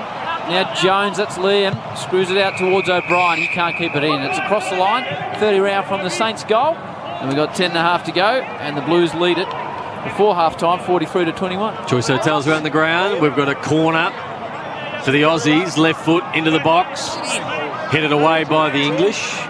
And the ball, the Aussies again. Not that we're commentating it, Nate. Just updating the scores. No. Because she's a big fine if one Antonio Samaranch rings. Okay. I was talking about the inside 50 down here. Good boy. So Dunstan. Is he still alive, one Antonio? High up and under ball. Oh, Barry Back's in charge now, isn't he? Thomas? Yes, I think so. Okay, he's a big fan of the footy, so be careful. Sure is. So the Blues drive the ball out of defence. Fisted away by Wilkie. Dunstan. Wilkie hits 50. Hits 40. Long ball. Jones should mark and does. A bit of a wasted inside 50, that one, Chief. So the Blues work the ball to half-back and Nunes goes to low data. Not a good one. Fisted down by Butler. Opportunity. Zach Jones from 30. Lines him up. Kicks the goal. That's what the Saints needed. They haven't kicked a goal since halfway through the first quarter. It's been about 30 minutes since their last goal, and they get one back, therefore 3-27. The Blues are 7-1-43. It's a 16-point margin. Triple M, IJ Liquor scoreboard. Desperately needed, you're right. The boys have been talking about the fact they've been... You're not allowed to comment. I'm not. Yeah. Sorry. I'm not. That was a good goal, Zach Jones. I'm good not. goal. Well done to Jones. I was just excited. I saw the Harvey Norman replay of Zach. Sorry, Chief. Great goal by Jones. Sorry, Chief. What was the West Coast midfielder? Which one? Daniel Kerr. Yes. Has he got a sister? Right. Sister scored. Right. Wow. Trying to tie it back to football. Sorry, Chiefy. Pretty sure you did say she would score too. Makes it 2-all. But the good thing is they finally got some value for money to Saints. Their methodology going forward has been lacking a little bit this time around. The kicks haven't been to the advantage necessarily of their forwards. Has been a little bit scrappy. Always wanted to commentate South American football, Nate. Sounds like a lot of fun. So Fisher, how long to go? Choice Hotels round the grounds. There's been a goal there, Chewy. Yeah, it certainly has, Howie. We're just waiting for the time clock to emerge, and we've got a minute plus stoppage time. So being a quarter-final, Chew, what's the situation from here as the Saints go back rather riskily and they... Extra time, Chew. Connolly, yeah, how much each way, Chew? Yes, that's a great question, Howie. Yes, it is. 15. You'd imagine it'd be 15 each way, wouldn't you? Yeah. And then That's what penalties? they normally do. You're on the penalties. money. Or is there golden goals? Or No, penalties after that. Okay. Unless the Olympics are different, but Yep. I don't think they are. Okay. So, anyway, back at the game here. Go our girls. There's a ball around the corner through Crouch. Comes back again towards Sard. He goes by hand. to Cripps with a looping ball. Sard, city side, wing, hits O'Brien just inside the boundary. Been interesting watching your man tonight, Brownie, Leo Connolly. I reckon he's just tried to do a little bit too much with the ball at times. Good kick inside forward 50, and Mackay leads out, takes the mark. Maybe he's just realised Chiefy is a very good kick, and people are starting to talk about his kicking, and he's just trying to chew a bit off. Well, we know round the corner kick from here, it's a 55-metre drop punt. Well, Harry needs a little bit of right to left. Tell you what, he likes his side a lot more than their traditional side for a left footer too. The natural left foot hook to bring it back to the right. He'll kick it from 52. Big Mackay, left foot, high ball, long ball, big ball by Mackay. He's got 3. King's got 3 at the other end. And it's a good game of footy. The Blues up and about, 8-1-49. The Saints are 4-3-27, dribbling by Jalliga Scoreboard, proudly local, proudly independent.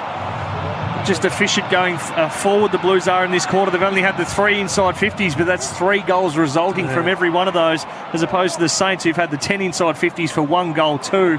And that was the half opportunity that the Saints haven't been able to take. Mackay took the mark right on his range, went back and absolutely flushed it. The positive for the Blues is they're not relying on Cripps and Walsh just to get it done. It's Dow, it's Kennedy, it's these sorts who are playing really good games, and that's why they're improving. Big discussion going down on the bench, Howie. We need to find out what's going on with De Koning. Yeah, Bob Jane, Tommy Brown, you down there? Yeah, Howie, De Koning is having a detailed discussion with Andrew Russell at the moment. He is shaking his head. The physio's involved. It's that area on the right side of his chest, his ribs, that he gestured towards at quarter time. So they're having a detailed discussion as to whether he can play on and how injured he is. Thanks, Brownie. How much injury time Choice Hotels around the grounds to? 5 minutes, Howie, for Red Z. Okay, of which one's elapsed is... He looks like he's pleading to get back on the ground, Tom De Koning. He's bouncing up and down. He's saying, I'm okay, but they're just having a chat about it. I wonder if it might be a peck as well.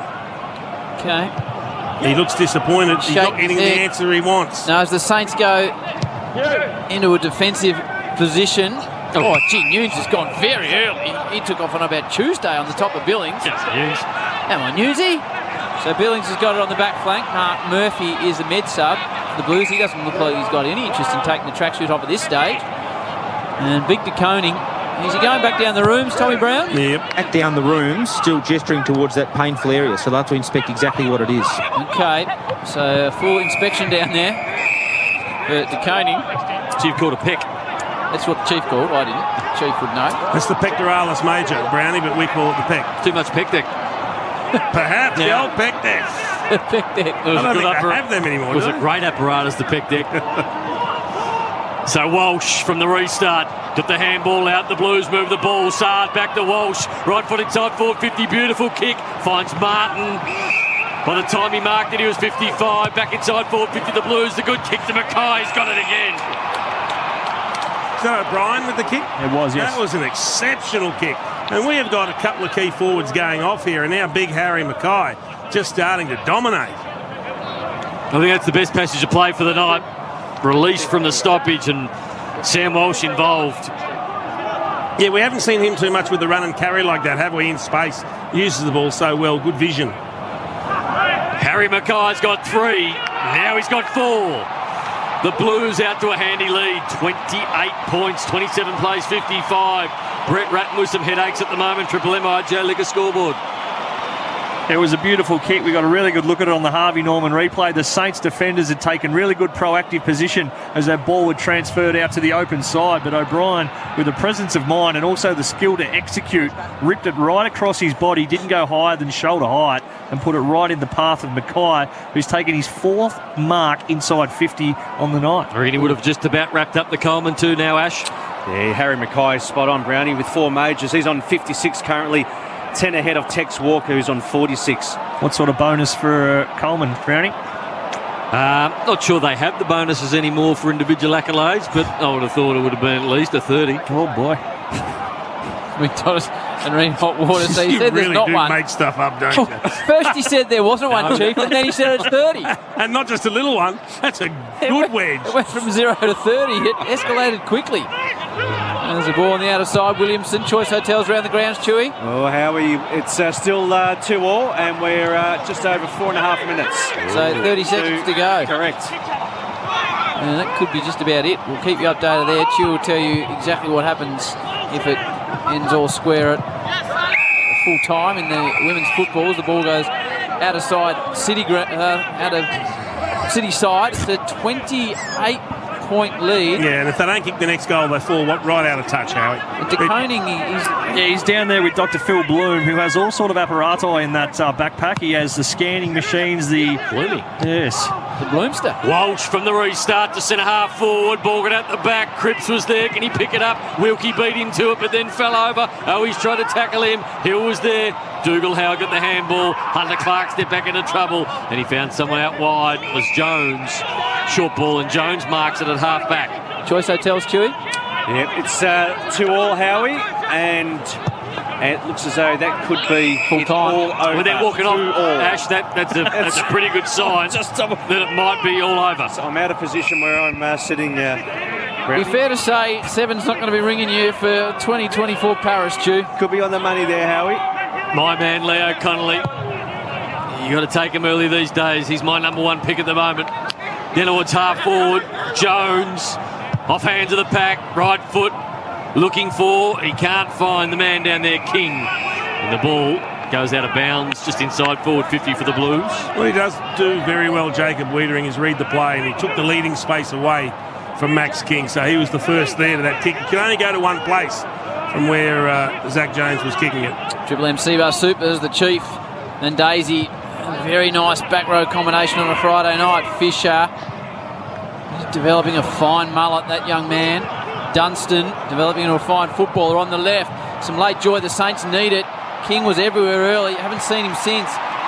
Higgins squeezes off a little ball, and it's effective.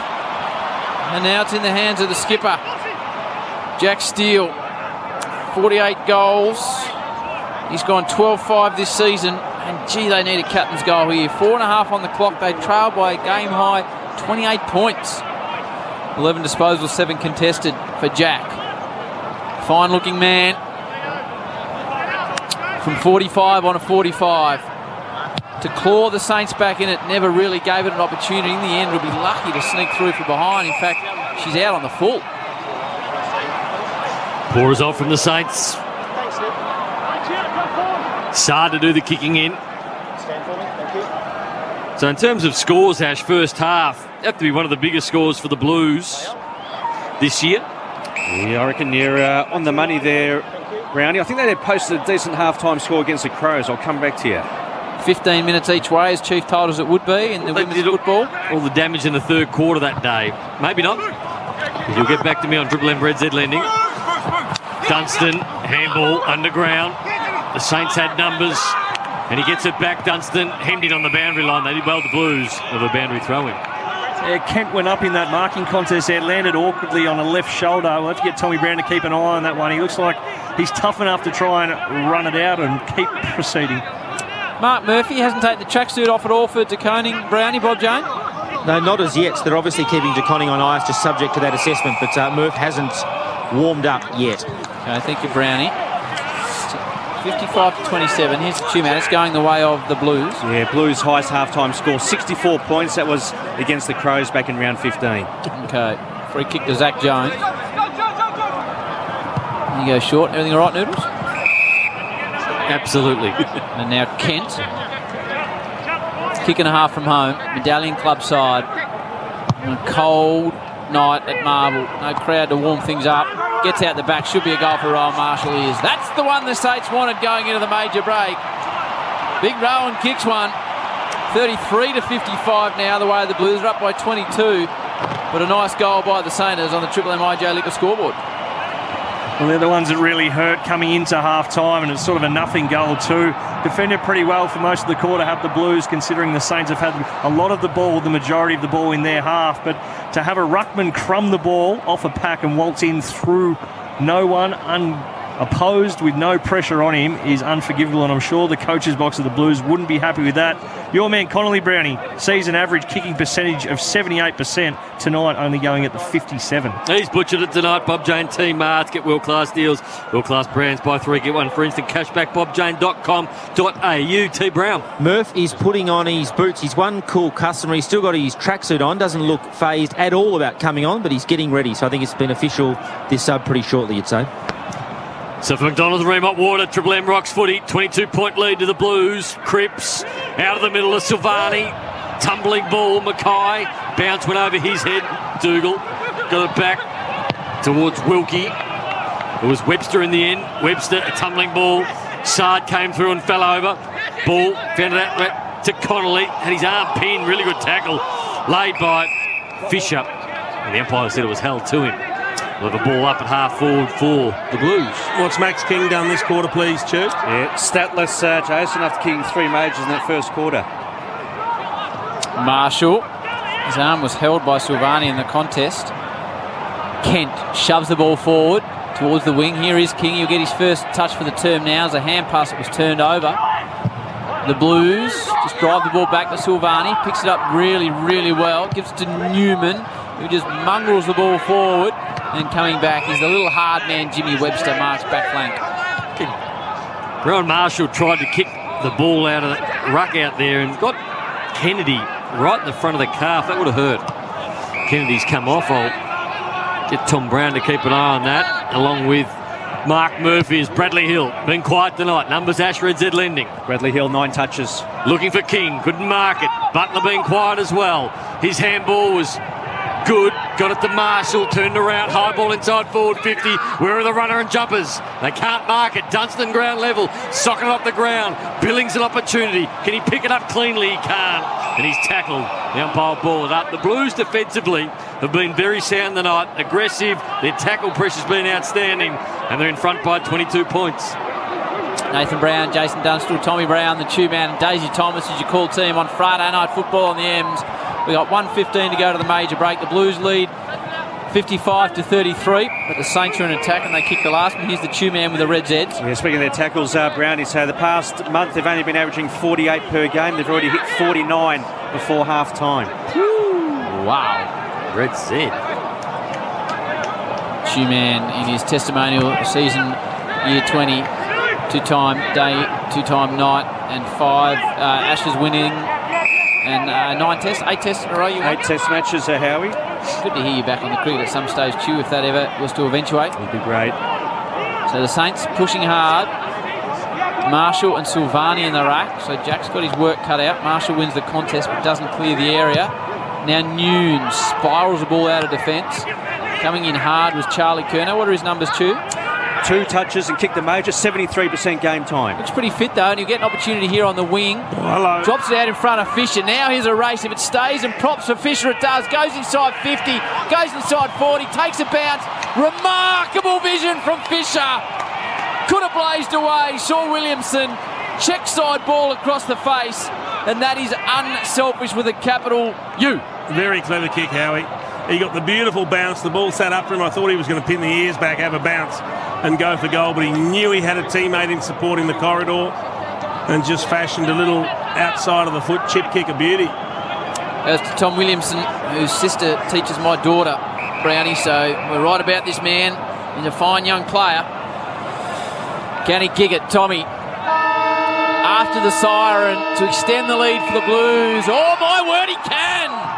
Exciting young player is TW. And the Blues will go in at half-time 10-1. Chief, you said they needed a kick straight. Have they ever? 10-1-61 to the Saints 5-3-33. The Blues up by 28 points at the half-time margin. And around the grounds, Choice Hotels, extra time 1, quarter-final, Matildas versus the 3 Lionesses, Chew. Yeah, 2-2, Howie, for Red Zed. After Sam Kerr scored just before full-time to equalise. So the Blues by 12 at quarter time. Half time they lead it by 28 points. Noodles next with the boys in the back row. McDonald's Ream Hot Water. Triple M Rocks Football. that quarter for IGA Liquor. Proudly local, proudly independent. Marine hot water. Triple M rocks footy. Built tough for Aussie conditions. When it comes to water heating, ask your plumber to install a reed. Every Victorian AFL team has said no to sports gambling sponsorship. Together, we can make sure kids get to love the game, not the odds. Triple M rocks footy on Melbourne's 105.1. Triple M's the home of rock, sport and comedy. Now with Marty Sheargold for breakfast. Settle down, mate. I'm trying to work. Malloy driving you home from 4. With Mickey, I've got tears running down my face. God's comedy animals. Shetland pony. JB and Billy, the rush hour at 6. I'm glad I didn't say that. No, me too. And Triple M rocks Melbourne all day at work. I love AC/DC. Pearl Jam. From Werribee to Warrandyte, Triple M rocks. To celebrate 50 years of Maccas, we're introducing the Mac family. And with every medium or large Mac Junior, Big Mac or Grand Big Mac meal, you'll get one of 6 free Maccas glasses, but only for a limited time. Available after 10:30am while stocks last. AustralianBollards.com.au. When you're looking to protect critical infrastructure, public transport hubs, tram stops, busy intersections and construction sites, contact the team at AustralianBollards.com.au. Keep it safe, keep it local, keep it Australian made. Well, Hoops, you know, I'm all about high performance. Always, Anthony, on the road, on the field, and of course, on the water. Tell me more, Mr. High Performance. I'm talking about the Sea-Doo RX PX300. It's got even quicker. With the signature T3 hull, it carves through the water, Hoops, like a knife. There is absolutely no way you could possibly move that fast, mate. 0 to 50 miles per hour in 2.9 seconds on the RX PX300. That is lightning. Find your local Sea-Doo dealer, Hoops, at seadoo.com.au. Have you got a dated and daggy old property that you want to transform without breaking the bank? Hi, I'm renovation expert Cherie Barber, and in my new podcast series, Transform Your Home, I'll share with you my interior design tips and tricks to take your home from drab to fab in next to no time. Search Transform Your Home podcast. Download the new Listener app now and listen for free. Listener. G'day guys, Billy here. We all love catching up with our mates at the local pub or hotel, but we all need to stay COVID safe. So as you enter a venue, scan the QR code, get the tick before catching up with mates and enjoying great food. It's quick and keeps our family, staff and venues safe. If you're stuck, ask the friendly staff. No tick means no entry, so check in with QR codes and help keep our venues COVID safe. Hello, Frank Walker from National Tiles. National Tiles have European-made timber look laminate flooring for under $19 per square metre. Yes, National Tiles exclusive European oak look flooring for under $19 per metre. That's less than $190 for an average 10 square metre bedroom floor. National Tiles. Now you can get a quality finish for less. Rush in now and save. Every Victorian AFL team has said no to sports gambling sponsorship. Together, we can make sure kids get to love the game, not the odds. Triple M rocks footy on Melbourne's 105.1. Triple M rocks footy.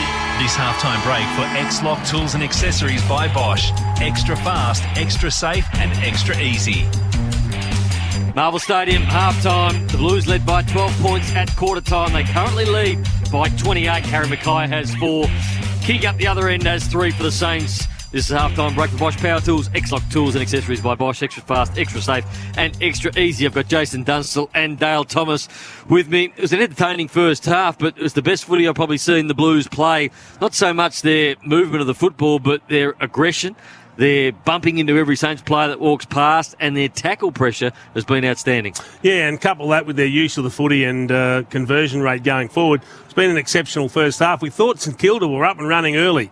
Max King kicked 3 goals in the first quarter. It looked like he picked up exactly where he left off from that dominant performance, albeit in a losing team last week when they got beaten by West Coast, and he looked like he was going to mark everything. But it dried up in the second term. They had plenty of inside 50s, but the quality of ball going forward changed big time. And they were lucky to fashion a couple of late goals in the end, because this could have been all over, basically, if they didn't get a couple of goals on the board. Yeah, the Blues held up really well defensively for probably the first time in a long time last week. They were really, really poor in that area. So good to see them turn that around and make the most of their opportunities going forward. Their first 3 inside 50s of the quarter, they scored goals on the back on. So the efficiency in method and movement, I'm just loving what Paddy Dow's doing around the ground. Him and Kennedy have been influential around that stoppage and getting the ball out. It hasn't been the reliance on a Walsh or the star in Paddy Cripps. So it's good to see some growth and maturity of those younger players getting involved in the game. But a fascinating duel between King and Wiedering. Got absolutely slaughtered in the first 12 minutes. Had 3 goals, giving away free kicks. King was marking, kicking well, had an opportunity to kick his 4th. But, Chief, it says something about the character of someone like Wiedering, who he could have been moved, he could have dropped his head, but after that point, I think he took 4 marks in the defensive 50 and won the second quarter hands down. Yeah, he took a couple of contested marks, an intercept mark. What he does is read the play well. So he mightn't have the same athleticism or the ability to jump up to the heights that Max King is trying to mark the ball at, but he reads the play really well. He positions himself well, and more often than not, he knows where the ball's going before Max King does. So that's something Max King has to get his head around, is start to tune into his players a little bit more, read the flow of the game and where the ball's likely to go, where the options are. But it's a fascinating battle, a really good one. And then at the other end of the ground, Daisy, we've seen Harry Mackay go berserk. Yeah, Mackay's been really good. Wiedering's a real pro, Brownie. He'll do his homework. He'll watch a lot of film. So he'll come into this game with 1, 2, 3 modes or methods of how he thinks he can beat King. So the first 12 minutes, he obviously realised what he came in with wasn't working, changed up his starting positions, went to the ball a bit more, but he's also a beneficiary of the good Carlton pressure up the ground in that second quarter, because the force balls coming in weren't those nice little precise low darts that he got access to in the first quarter. First half, we've got a injury to De Koning, so we don't know whether he's coming back on. Mark Murphy's been warming up. So let's talk about the fact that Silvani's had to go into the ruck against Marshall and Hunter for various parts of it, but it hasn't cost Carlton. No, it hasn't, and he was really, really good, Silvani, against Grundy only a few weeks ago when the game was up for grabs there. He was solid, and then the week before against the Tigs as well, when they mounted a really big comeback, he was sensational. So he's undersized, but he's having a red-hot crack, and the beauty of what he does is he follows up on the ground once the ball does hit there. He's the extra midfielder as opposed to the extra ruckman. The only way he can get exploited is if that ruckman starts to run hard forward, then they've got a serious mismatch for size along with King down there. Choice Hotels around the grounds. Wow! Need a break? Book direct and save with Choice Hotels, choicehotels.com. We don't commentate what's on the TV up there happening over in Japan, but it seems like our girl just saved a penalty. It's awesome. Like we've saved the penalty in extra time. It's 2-2 at the moment. Great Britain up against Australia. Yeah. Doing a very good job. Sam Kerr kicked the goal before to level it up, so it's in extra time. Choice Hotels around the grounds. Need a break? Book direct and save with choicehotels.com. Half-time segment. Amy Clangers. Amy, who covers Clangers? Amy does. Lucky you're with Amy. We've got a corner for the Aussies, left foot into the box, headed away by the English, and the ball, the Aussies again. Not that we're commentating it, Nate, just updating the scores. No. Because she's a big fine if one Antonio Samaranch rings. Okay. I was talking about the inside 50 down here. Nate. Good boy. Nunes goes the low data, not a good one. Fisted down by Butler. Opportunity. Zach Jones from 30. Lines him up, kicks the goal. Desperately needed, you're right. The boys have been talking about the fact they've been... Go! You're not allowed to comment. I'm not. Yeah. Sorry. I'm not. It was a good goal. Zach Jones, good goal. Well done to Jones. I was just excited. I saw the Harvey Norman replay of Zach. Sorry, Chief. Great goal by Jones. Sorry, Chief. What was the West Coast midfielder? Which one? Daniel Kerr. Yes. Has he got a sister? Right. His sister scored. Right. Took a deflection. That's a big halftime segment for Amy Clangers. They got their money's worth this week. Amy, who covers Clangers? Amy does. Look, you with Amy. It looks like we've scored again, Chief. Not that we record or not that we do anything like this, but the Aussies are now 3-2 up. Massive deflection, but Australia 3-2 up. Choice Hotels around the grounds. Ash, I'm going to bring you in. Triple M Red Z lending stats. What are the first half stats been telling us? Well, you look at the Blues' efficiency. Their goal-scoring efficiency, 40%. The AFL average is 22. Saints at 22. But spoke about their pressure. 52 tackles in a half. That's their game average for this season. And 8 out of their 10 majors had come from St Kilda turnovers. Just some leading ball winners. Silvani, leading ball winner for the Blues, 17 disposals and a major. Walsh with 14 and a couple of goals. Dowell also with 14. Mackay with 4 majors for the Blues, has 56 for the season. Charlie Curnow, his first game back for this year, in fact for a couple of years, 4 possessions in the majors, only played 3/4 of the game, and for the Saints, 19 to Dunstan with 7 clearances, Jones with 16 to goal, still with 15 and 9 tackles, but some low numbers Brownie in closing. Hill, 10 possessions, but only 152 metres gained.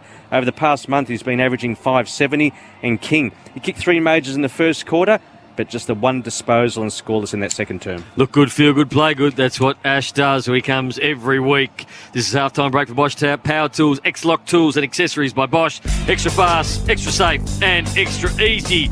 For McDonald's Ream Hot Water, Triple M Rocks Footies, the Blues by 28. Halftime break for X-Lock Tools and Accessories by Bosch. Extra fast, extra safe and extra easy.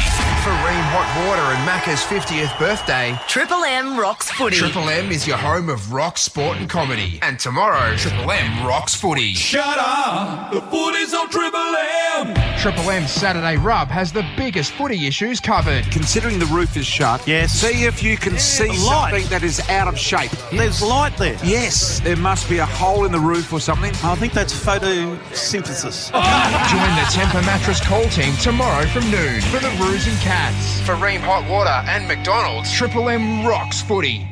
G'day guys, Billy here. Can you believe Maccas have now been in Australia for 50 years? That's 50 years of post-match Maccas feeds. Where I grew up, in Jerilderie, we didn't have a Maccas. In fact, Jerilderie still doesn't have a Maccas. But I love playing other teams in the Murray League, like Deniliquin or Cobram, because those guys had a Maccas. 50 years of post-match Maccas. Now that's worth celebrating.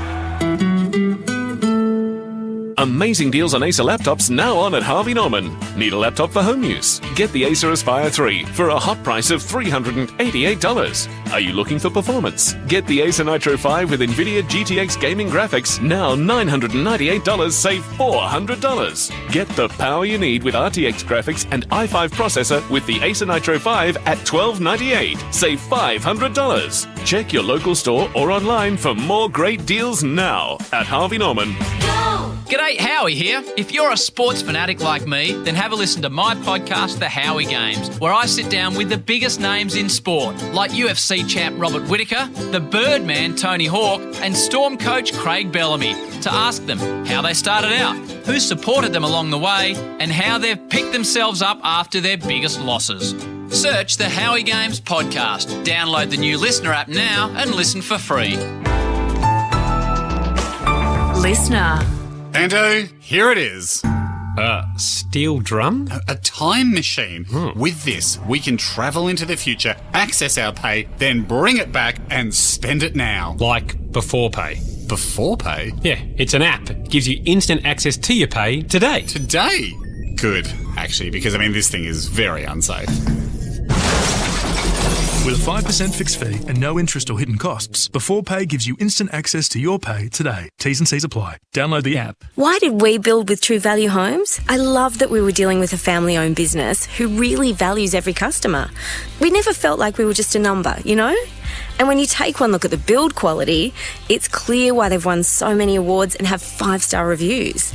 If you're thinking about building, you have to visit truevaluehomes.com.au or call 1300 GET VALUE to learn more about their lifetime structural warranty available now. True Value Homes, building your future together. CBDU 38708. Oh, What's wrong? I don't like beer anymore. When did beer move in? All good? Right at home. Over beer, Canadian Club. If you're injured at work, Shine Lawyers can help you access the compensation you're entitled to. Last year, we settled over 4,500 claims. Call Shine Lawyers, the workers' compensation experts, on 13 11 99 and let's right wrong. Triple M rocks footy. This quarter for Beacon Trade. There to support Sparkies with 7:30am opening hours, trade prices and free delivery from over 100 Beacon lighting stores. That's it, Electricians Builders. Beacon Trade's got you back. Opens early at 7:30am. That's 5 hours before the Chief gets up, with over 100 stores around Australia and a dedicated trade team. Special trade prices and free shipping on all orders. Beacon Trade, it's every tradie's go-to for lights, fans, electrical accessories and expert advice. Here at Marvel, the Blues are up by 28 points at the major break. Big Harry's got 4.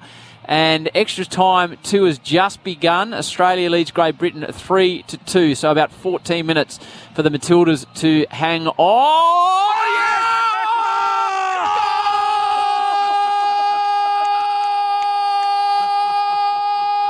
4-2!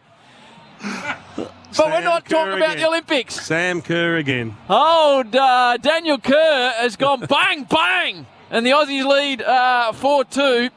And we're just bringing that as a news update. I just need to establish that fact now. What happened there, Chief? Well, she went up for a header now. You can have a little bit of a... Harvey Norman style. Yeah, an argument about whose head it actually ended up coming off. It may even have been the defender's head. I think it hit both of them, but it looped it caught the underside of the crossbar and in, and 4-2 with about 14 minutes to go, Howie. Right, and that was just an update. That obviously wasn't live. Bob Jane, Tommy Brown, what's happening, Fixture update, Howie. Tonight, the AFL's just released round 21 for next weekend. The Bulldogs and Essendon Friday night.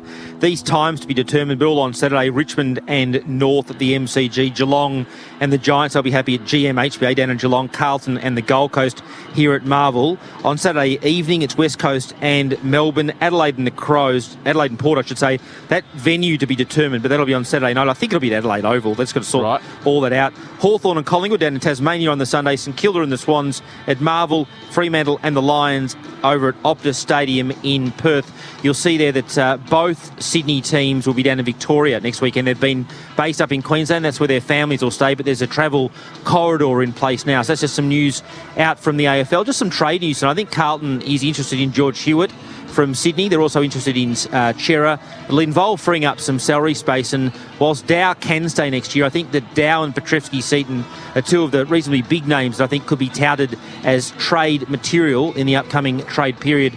Carlton, there's going to be a lot of change in the next few weeks. I think it's on, and that's why this interesting scoreline tonight you'll see, because it's sort of clicking for the Blues, particularly with Curnow in the side. Having said that, I don't think it's going to deter Luke Sayers from putting a broom through the football department. All right, Brownie, those Saturday games, do you get times on those games, or are they just scheduled at this stage? As in, would you know what the 1:45 game is next Saturday? Now, Howie, I can't tell you the 1:45 game. On my list here, I've got the 5:40 game, which is West Coast and Melbourne, but the TBD times to be decided are those 3 on Saturday afternoon. So I can't tell you, Howie, where you're going to be, but I can tell you you're doing a magnificent job calling. I like watching on a Saturday. It's my day off, and I like watching your call. That's very kind of you, Tommy. Very, very kind of you. Now, Chief, there's some more games of football to go on the weekend. I'm looking forward to several of them, but especially tomorrow night is the game I'm looking forward to, Chief.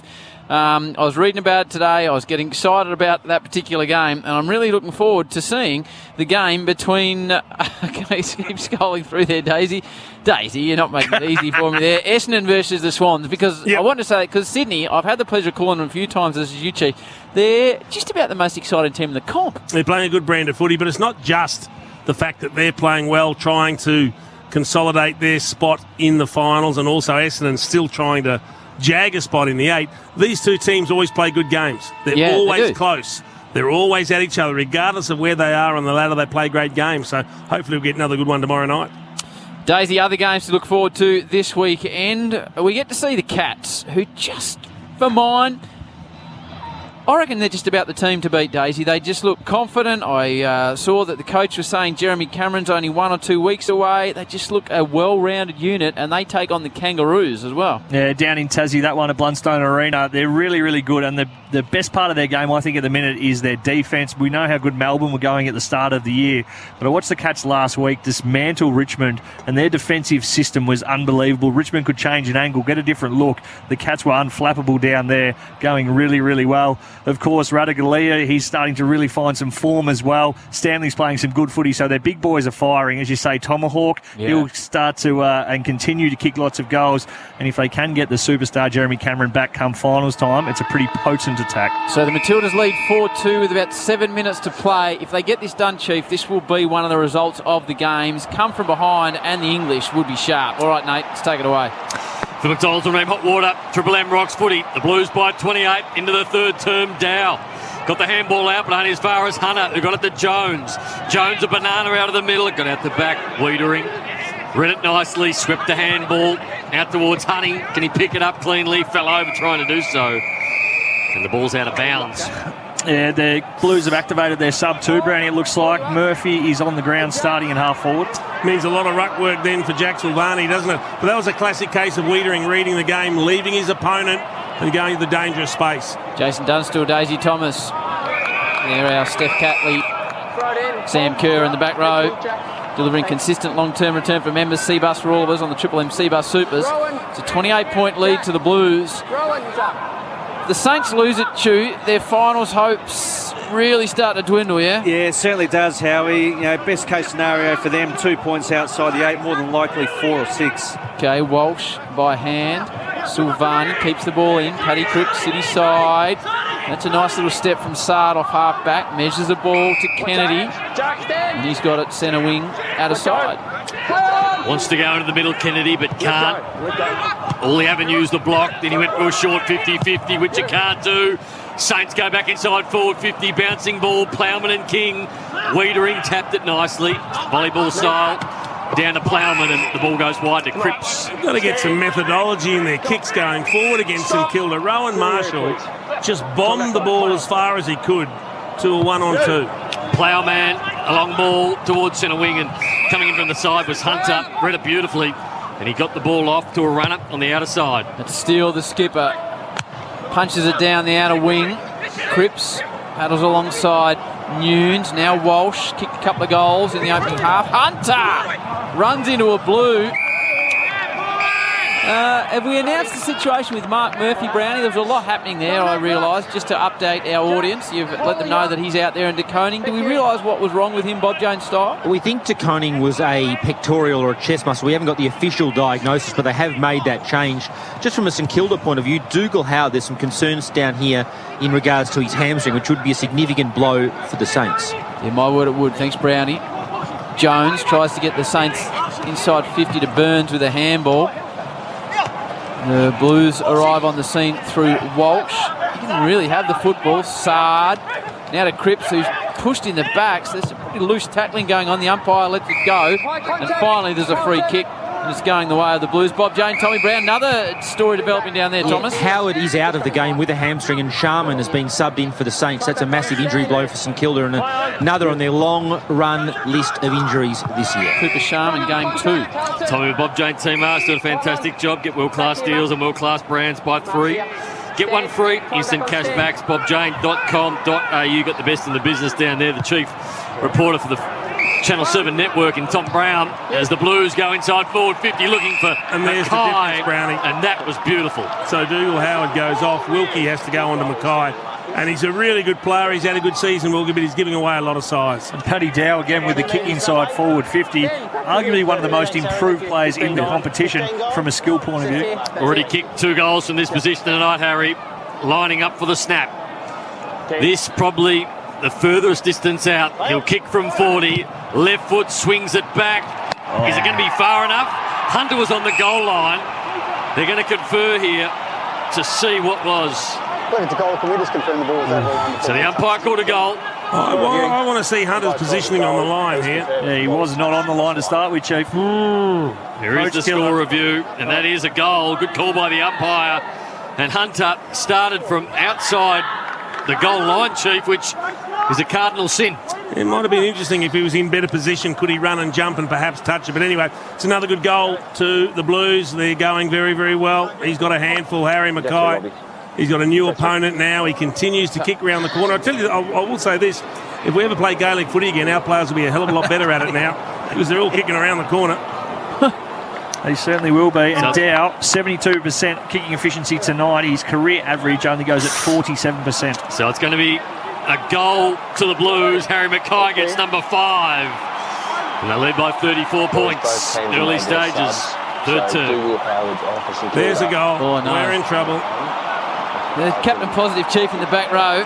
The English Great Britain side, in fact, has scored with, there'd only be 2 minutes on the clock, I reckon.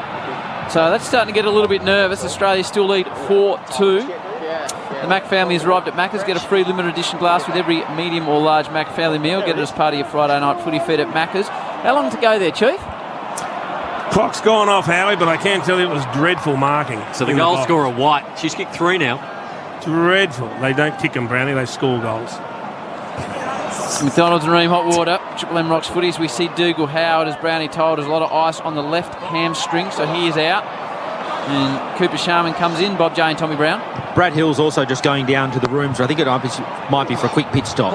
Okay, thank you, Brownie. Still 5 minutes left, Howie. This is going to be a long 5 minutes. 5 minutes? Yep. Okay. We'll keep an eye on that. Brad Hill's just on the exercise bike. There's a bit of a delay out in the middle. Bit of a wonky bounce. We're seeing Ruffy sitting next to Tony Brown on the St Kilda bench. 67-33. Early stages the way of the Blues. Second half. Kennedy, Silvani, now Sard by hand to Walsh.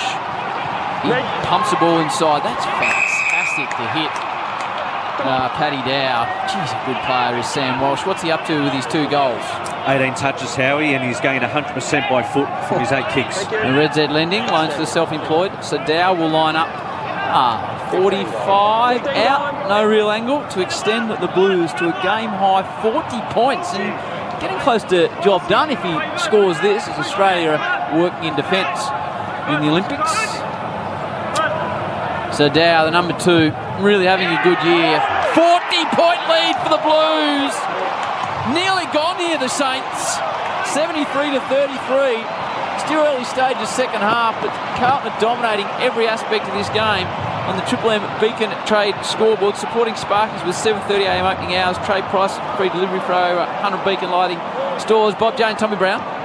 Howie, you just mentioned Dow kicking that goal. Yep. I mentioned that Carlton are interested in Hewitt and also Chera from Fremantle. They'll have to free some space, and Petrevski-Seaton and Dow's name have come up in discussions I've had today of players that could be on the trade table come the trade period. Dow can stay, it's an option for him, but I think that's how Carlton might try and free some money. So there'll be a lot of discussion regarding him in coming months. You're on fire, Tommy. Absolutely on fire. Choice Hotels around the grounds. How are we looking? 4-3 lead the way of the Matildas. I reckon about 3 minutes to go in extra time 2.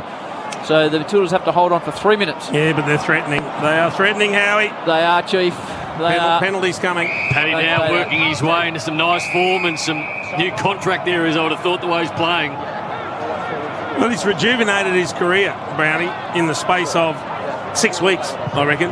It's amazing the confidence you get flows into your kicking, which has been poor. Yeah, well, his confidence was beaten out of him almost by playing so much footy when he wasn't ready under Brendan Bolton.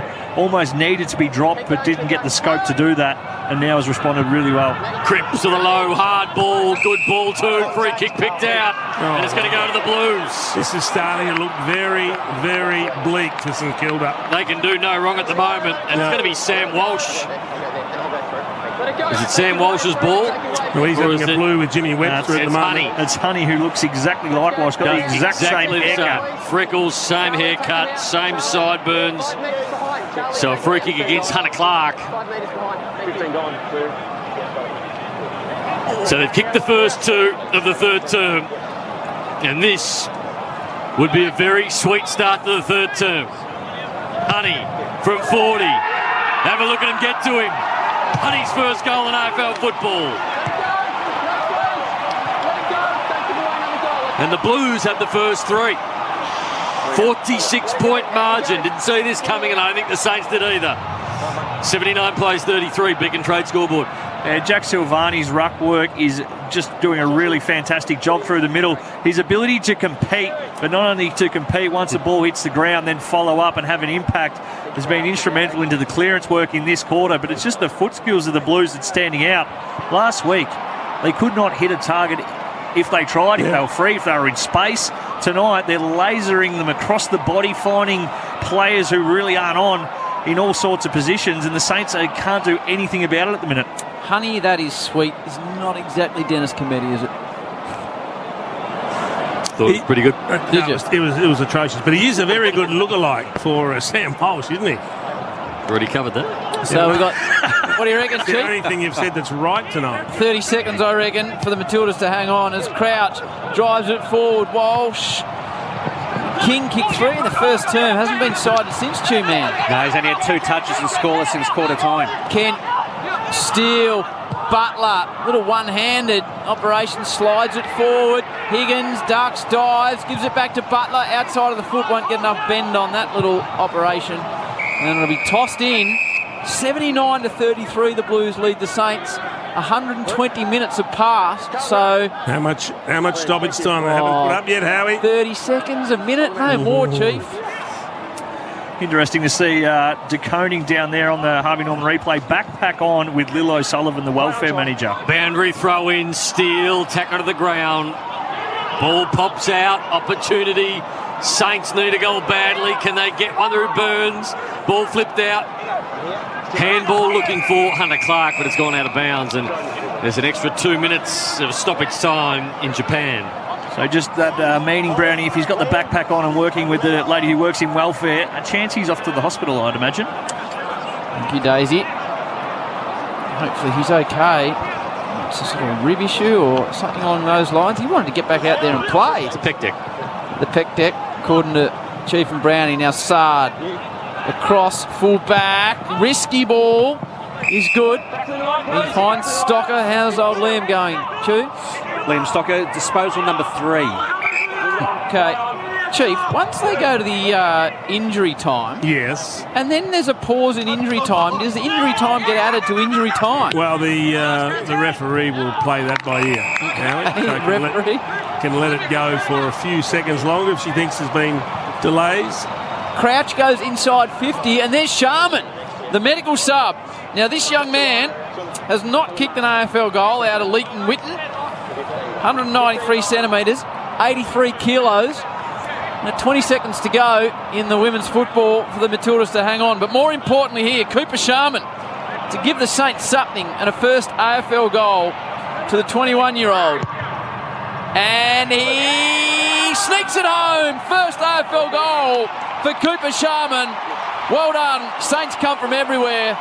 And that is a desperately needed goal for St Kilda. They break a run of 3 goals for the term for the Blues. The Blues are 13-1, 79. The Saints 6-3, 39, back to 40 points. She's over. Triple M Beacon Trade scoreboard. Round the grounds, Chief. What's happening in Japan? They're home. They're through to the semis, Howie. Wow. So the Matildas have knocked over the Great Britain Lionesses. Sam Kerr scored once with 2 minutes to go and then once in extra time to seal the deal, Chief. Big performance. Big performance, now playing for medals. That is extraordinary. So well done for the Matildas, who came in on a streak of losses, Chief, but they've turned it around on the big stage. Triple M Red Z lending Ash, who needs to lift for the Saints. Definitely for Triple M Red Z. Brad Hill, 10 touches, only 152 metres gained, 570 he's been averaging over the past month, and Dan Butler, 6 possessions and scoreless. Spent a lot of time on the bench this quarter. Bradley Hill for McDonald's and Remont Water. Triple M rocks footy. Cripps bustled his way through the middle, tackled by Crouch. Umpire, he's going to ping him. No. What's Jack Steele had, Ash? Yeah, Jack Steele, Jace, for Triple M Red Z, 20 disposals and 10 tackles. So the Blues get a free kick. Paddy Cripps is your man. He's got a couple of runners on the outside. One of those is Daisy's man, Williamson. Lived with him when he first moved down. One of the biggest mistakes he made, I would have thought. Ball comes out towards Jones. Lost the handle on it. Coming back in was Martin. Did a good job, but was slinged to the ground. Hill tackled as soon as he got it. Umpire will ball it up. What sort of roommate was he when he first moved down, Doze? No, he was on the bottom level, Brownie, so I was 2 above him, so I was going all right. Didn't see a whole lot of him. Just delivered him some meals and took him to training, and apart from that, didn't really speak to him. He's stripped of the footy. Comes back now, Martin. This is a skillful operator. Walsh, he's got 2. Walsh has got 3. The Ocean Grove Express is dominating on the big stage on a Friday night. And I reckon this is as good a footy as the Blues have played all year. 14-1, 85, 6-3, 39. That is a margin of 46 points. Walsh with a personal best of 3 goals. 14-1, Chew. Extraordinary kicking. Certainly is. And you look at the set shot component for the Blues, Howie, for Red Z. They have nailed 8 goals straight, and they're going at 46% goal scoring efficiency. The league average is only 22. Wow. It's amazing they can serve this up for the best part of 3 quarters tonight, and after what they did last week, the difference between their best and their worst, that gap is far, far too great at the minute. And it shouldn't take a week like last week for you to come out and play with this sort of intensity. Their tackle pressure has been phenomenal all night. Their ball use has been a class above. The question is, why aren't they able to produce that week in, week out? Really interesting, we had a shot on the Harvey Norman replay screen of Brett Ratton in the St Kilda box. He just had the arms out going, what the hell's going on? Jones underground handball was stolen out of the middle by Fisher. Inside forward 50, free kick going to go to Mackay. He's got 5. He's looking for a big bag of 6. Just struggling a little with the size difference. Callum Wilkie. He was doing a very good job on Charlie Curnow in the first half. Yep. Dougal Howard goes down and it's a different kettle of fish now with the big boy Harry. They're different types of players. One's a bull, the other's an athlete. It's just a man mountain. He's kicked 5. This for number 6, halfway through the third. Big Harry hooks a little bit. Does it come back? It doesn't. Through for one behind. That's probably been his easiest shot of the night, directly in front, 30 metres out. The Blues, they got a handy lead, 47 points. So the Saints with it all to do. Two-man's told us the ramifications on the ladder. And the Blues fans will just think, what if? Can we? Maybe, somehow. 86-39. That lead at the moment. So just once more, the Blues now, Chew. What does this do for them? Their percentage and a chance of September? What do they need to do and who's coming up? Yeah, so at the moment, the Blues are currently 2 points outside. So that'd be the best case scenario for them, more than likely 6. But they're topping up on some percentage as well, Howie. Coming into tonight's game is just under 92. They're at 95 at the moment. And they play Gold Coast next week, followed by Port Adelaide. That's scheduled at Adelaide Oval at this stage. And then the Giants at Marvel at this stage. Okay, so all to be done for the Blues. The Saints, on the other hand, copping an absolute belting here at the moment. Goes to Long. So the Saints, what does this mean to them as the ball's just chipping around the back line, Chewy? Yeah, they're in deep trouble. So they're currently 2 points outside at the moment, but they have the 4th worst percentage in the comp at 85%. But look at their next couple of games. Sydney Swans, followed by Geelong. That's scheduled at GMHBA at this stage. And then Fremantle at Marvel. Wow. Yeah, pressure is on them to keep winning. And this is one that you just think, if they were going to be a finals chance, they had to win. So Higgins from half-back drives one towards centre wing. King fell over. Jones stood there, so too to Wiedering and took a mark. He bounced back well from the first quarter, hiding Wiedering. Williamson, lateral ball. Plowman, got players on in the middle, has a bounce. Strolls through the middle of Marvel. Got a player on the outside, that's terrible. Just kicked it straight back to the Saints. Yeah, they needed to move the ball quickly while they had Carlton players out of position. Just too slow. So the Saints on the outer side. Short ball to Burns. Now Membry in the big Tarraugan unit. Drives it down to Steele. Butler arrives on the scene. Can he keep it in? He can't. Come off the knee of Williamson. So it'll be tossed in with the Saints deep in attack, but trailing 39-86. Max King, Chewy, kicked 3 goals in the first term. We thought he was going to blow it right up. What's he done in total? Yeah, 6 possessions and still stuck on 3 majors. So just a couple of disposals since quarter time and scoreless. And at the other end, Harry Mackay. Harry Mackay's kicked 5 goals, 1, Howie. Oof. I can't remember the last time Max King had one set out in front of him that could run and jump at. Kicking it on his head, kicking it over his head. And mind you, he's not finding all the right positions either, but they've got to use him better. So is it just more pressure coming through the midfield than we saw early doors, Chief? Yeah, and some poor decision-making with the ball users, some poor positioning at times from Max King, or better positioning from Wiedering. Liam Jones as well, they're sharing duties. So from the ball up, Silvani got a free kick.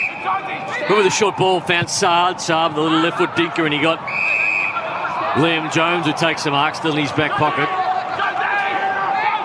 Taking it, Jonesy ringing out. He goes back across the goal. He's defending, and Silvani pretty much in the same spot.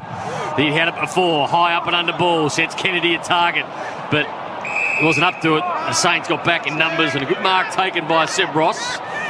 Ross, short ball, Higgins, 55 out, will turn. He needs to go quickly. King offers a lead now. Goes to King. Jones gets in front and marks. Well, that's been a big change in the game. That was Max King's fault. He pointed where he wanted the ball and he half led, and then he pulled up because Jones actually beat him body on body with the push-off. So the Blues get the ball to Sard at centre half back. Sard, wearing the white of the Blues. Make of that what you will. Steps around a couple of players. One was King pretty easily. Goes to Walsh. What's he up to alongside his 3 goals career best, Stu? Disposal number 21. Brownie, where's he in your Brownlow tracker? That's Walsh. He is 4th at the moment. 4th. I've got Bontempelli. I have Ollie Wines 3 votes back. Then Took Miller, who's ineligible. So Walsh coming in behind that. So I guess if Took Miller's ineligible, he'd be 3rd. Right, I guess he would. He looks like a Brownlow medalist. You know, the type of blokes that win the Brownlow. He looks like one of those Brownie, whether it's potentially not this year, but moving forward. Hill loops over the top to Butler. Tries to get past Plowman, who did a good job to hang on to the former Tiger. Now Liam Jones, a little up and under left foot ball, puts out in front of Fisher, coming the other way is Wilkie. Nate's man likes him. Left foot slider hits Jones. The run and carry keeps coming from the Saints. Pressure on Steele. Has to go back. Bradley Hill unsigned at the moment. Low darting ball's a good one. Touch play on. Umpire called it. Ball pops out to Burns. That's a good kick. And he finds Leo Connolly 40 metres out directly in front. So I think Sam Walsh has got the 3 votes wrapped up currently. But if Harry Mackay kicks another 2 or maybe 3 and gets himself to 8 or 9, going to be hard to take it away from the big boy. So Leo Connolly have only kicked the 1 goal this quarter. The Blues have 4. The margin at the moment is 46 points. Connolly, good skills. That is a nice kick, but he's hooked it. I'm trying to pump him up as much as I can, Howard. Trying to make a positive out of a negative. Trying to have the cup half full, but I like it. At the moment, it is empty for the Saints. In fact, I'm trying to drink the last few droplets out of that glass, and it's just not getting me up and about at the moment. No, she's a dry argument for Saints fans tonight. What's Charlie Curnow's night involved, Chewie? Charlie Curnow's had 4 disposals, kicked a major. If we look at his game time, how he's 79%. It's a little bit of game time, isn't it? The man coming back. The Saints have got it on half forward. Crouch with ball in hand. 6.5 to go before 3/4 time. 46-point margin. You just can't see the Saints mounting a charge the way they're going at the moment. Towards King again. He does well to get a snap across the body on the left towards Steele. Big punch from behind. It was Honey. Back to Steele. Snaps it around the body. Gets too much hook on it. And in the end, he just sneaks it through for 1 behind. So the Saints are 6-5-41.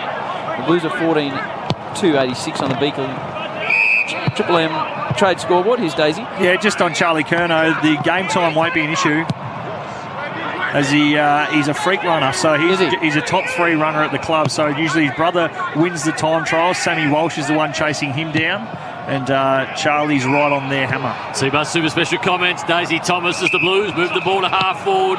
Silvani, low darting ball. They keep running.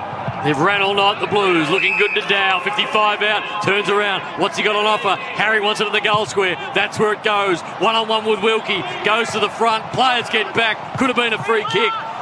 Comes to the top of the square where it landed in the hands of my man, Leo Connolly. Still down, Mackay. Short ball, and Jack Steele marks it. Just holding his hands to his head at the moment, Harry, so... Has had a concussion this year as well. He has. Hopefully he's okay. Tommy Brown will be all over that for Bob Jane.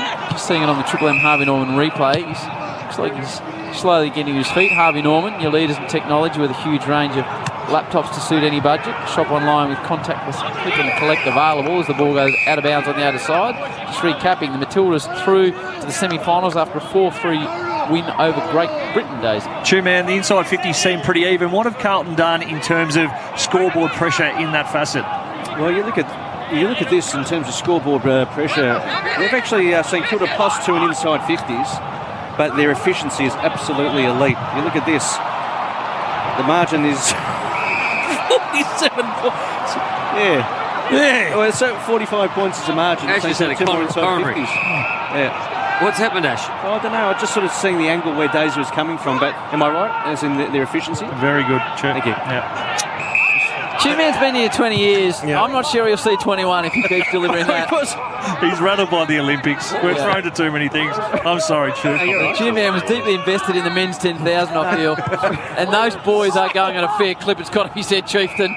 They are running around that track very sharpish. You know the best thing is? Yeah.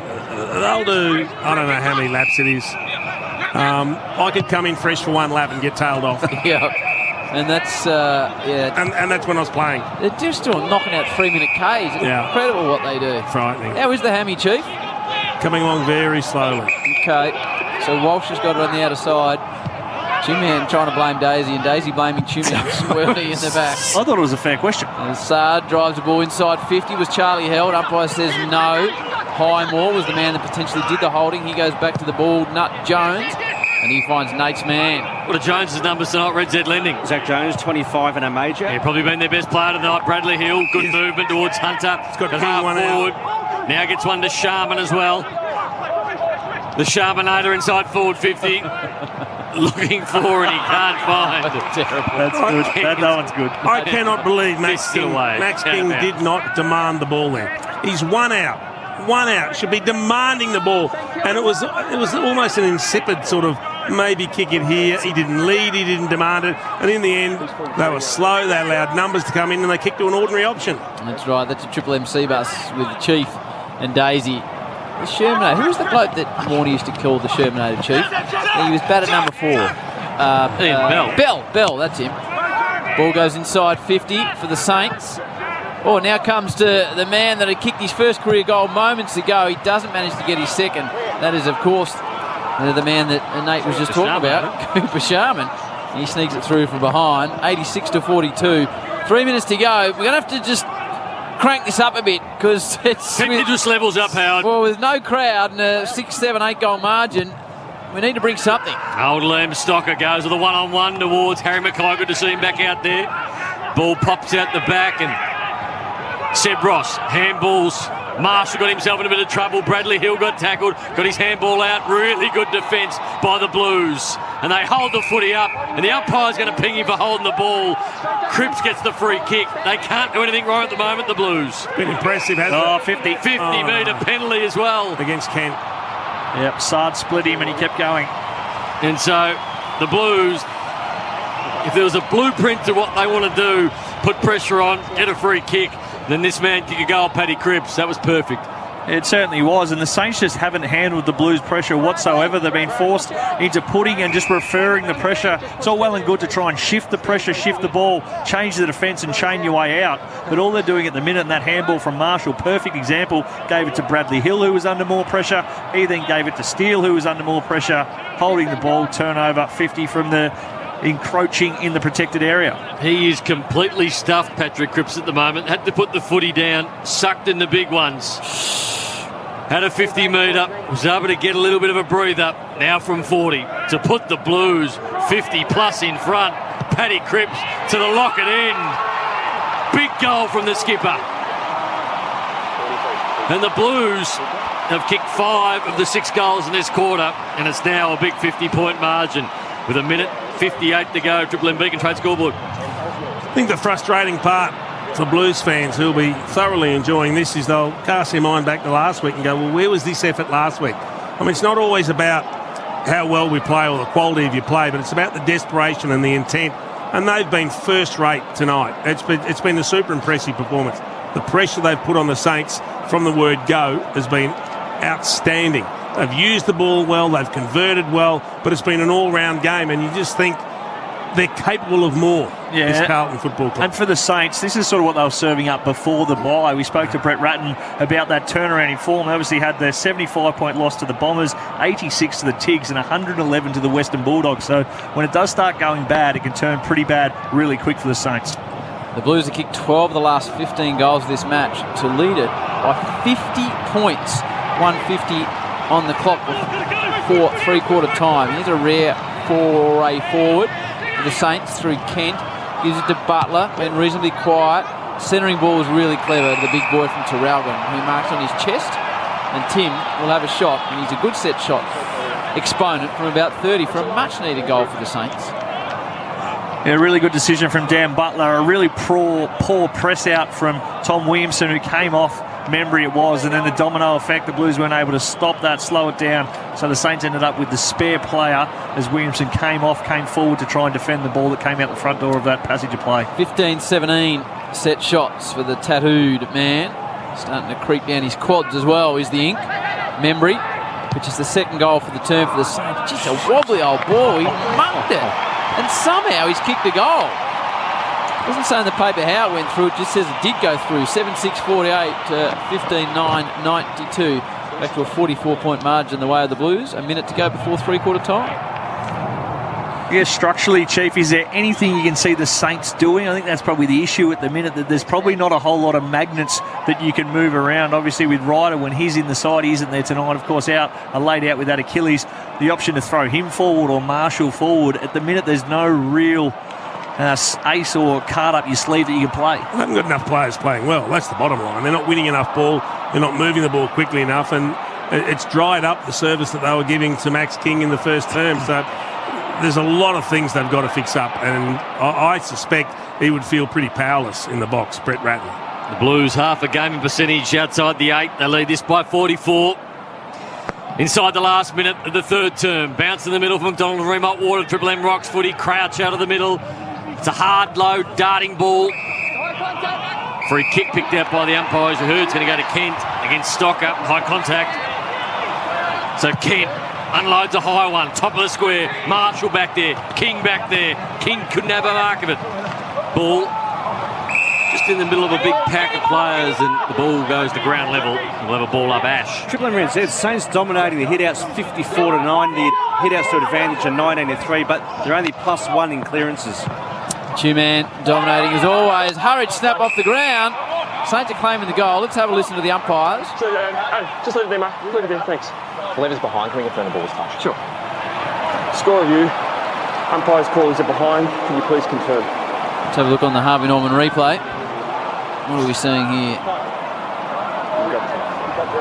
Not a whole lot, to be completely honest. Butler it was that came through the stoppage. It hit King's hand as well. Kicked it into King and then into Sard's head. Hit King's hand, then went up, touched Sard's hand. So it's touched two sets of hands. Look it out. That's cool. The umpire's having a nice laugh with Jacob Wiedering, who probably isn't renowned for being funny, Brownie. He doesn't look like a funny character. Must have been a rare hit from him. Well, the umpire's a very easy audience. Yes. So a bit of a delay. Looks like it's come off the arm of Maxi Boy King for mine. This is the frustrating bit. Everyone knows it's a point. So to sit and wait. Yeah. For the man in the back row. Yeah, the sponsorship up on the scoreboard, and then the ball going through the behinds. Play on! So to do the kicking in is Sard. Just wanders his way towards the boundary and hooks a big left foot, big bomber outside defensive 50. It's a high one towards Silvani. Ball tumbled back inside. Sard went hard at it again. Stucker. Williamson, high ball, got towards centre wing.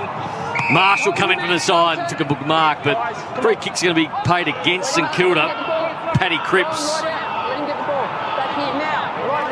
Umpire very forceful with where he needed to give the ball and how quickly to back to, and that's three-quarter time. The Blues have been very impressive. They kicked 5-2 in that quarter, and they lead by a big margin, 15-92 the Blues. The Saints are 7-7-49 for McDonald's Marine Hot Water, Triple M Rocks footy. That quarter for Beacon Trade. There to support Sparkies with 7:30am opening hours, trade prices and free delivery from over 100 Beacon lighting stores. For Macca's 50th birthday, Triple M Rocks footy. The Mac family has arrived at Macca's. Get a free limited edition glass with every medium or large Mac family meal. Get it as part of your Friday night footy feed at Macca's. Robot Building Supplies, now delivering contact-free. Visit robotbuildingsupplies.com.au. It's better than good. Triple M Rocks footy on Melbourne's 105.1. Hi, it's Marty Sheargold from Triple M's Marty Sheargold Show, and right now Now, Triple M rocks football. And I'm back Monday morning from 6. Nick Revo with us. Retro round. It's a themed round. Yeah, it's a themed round. You know, speaking to a lot of the guys that played throughout the 90s, and everyone likes to, I guess, glorify their own era, but I do genuinely think that this was when footy was at its absolute best. I mean, was North. Triple M's Marty Sheargold Show. Weekdays from 6. Or hear it anytime on the new Listener app. To celebrate 50 years of Macca's, we're introducing the Mac family. And with every medium or large Mac Junior, Big Mac or Grand Big Mac meal, you'll get one of 6 free Macca's glasses, but only for a limited time. Available after 10:30am while stocks last. Shut up! The footy's on Triple M! In 2021, Triple M rocks footy. You don't get that on the other stations. Tempur mattresses. Feel comfort. Feel support. Feel Tempur. Find AFL player stories at tempur.com.au. That is a ripper! Hard Yakka is for a new breed of Aussie legends. Toughness is in their DNA. No shortcuts. Hard Yakka, a history of hard. That makes it tough. For Ream and McDonald's, Triple M rocks footy. I'm Roy Sanderson. Maximise your refund and take the stress out of tax. rjsanderson.com.au. Go online and appoint a new tax agent for you or your business. Contact rjsanderson.com.au. Tools, tools, tools! Sydney Tools stock take sale is on now. Save up to 70%. X-Tort 20-ounce hammer, $2.95. Bayer 15-metre retractable cable reel, bargain, $39. Save on combo kits, hand tools, air compressors, laser levels, welders, generators, vacuums and much more. Lincoln 24-litre air compressor, $89. Stanley 3-piece diesel set, bargain, $14.95. Best prices guaranteed. Sydney Tools, still open with contactless click and collect or go online, sydneytools.com.au. This year, Sexpo is different. It's about education and exploration. Now get the handcuffs and the whip. And having loads of fun in a safe environment.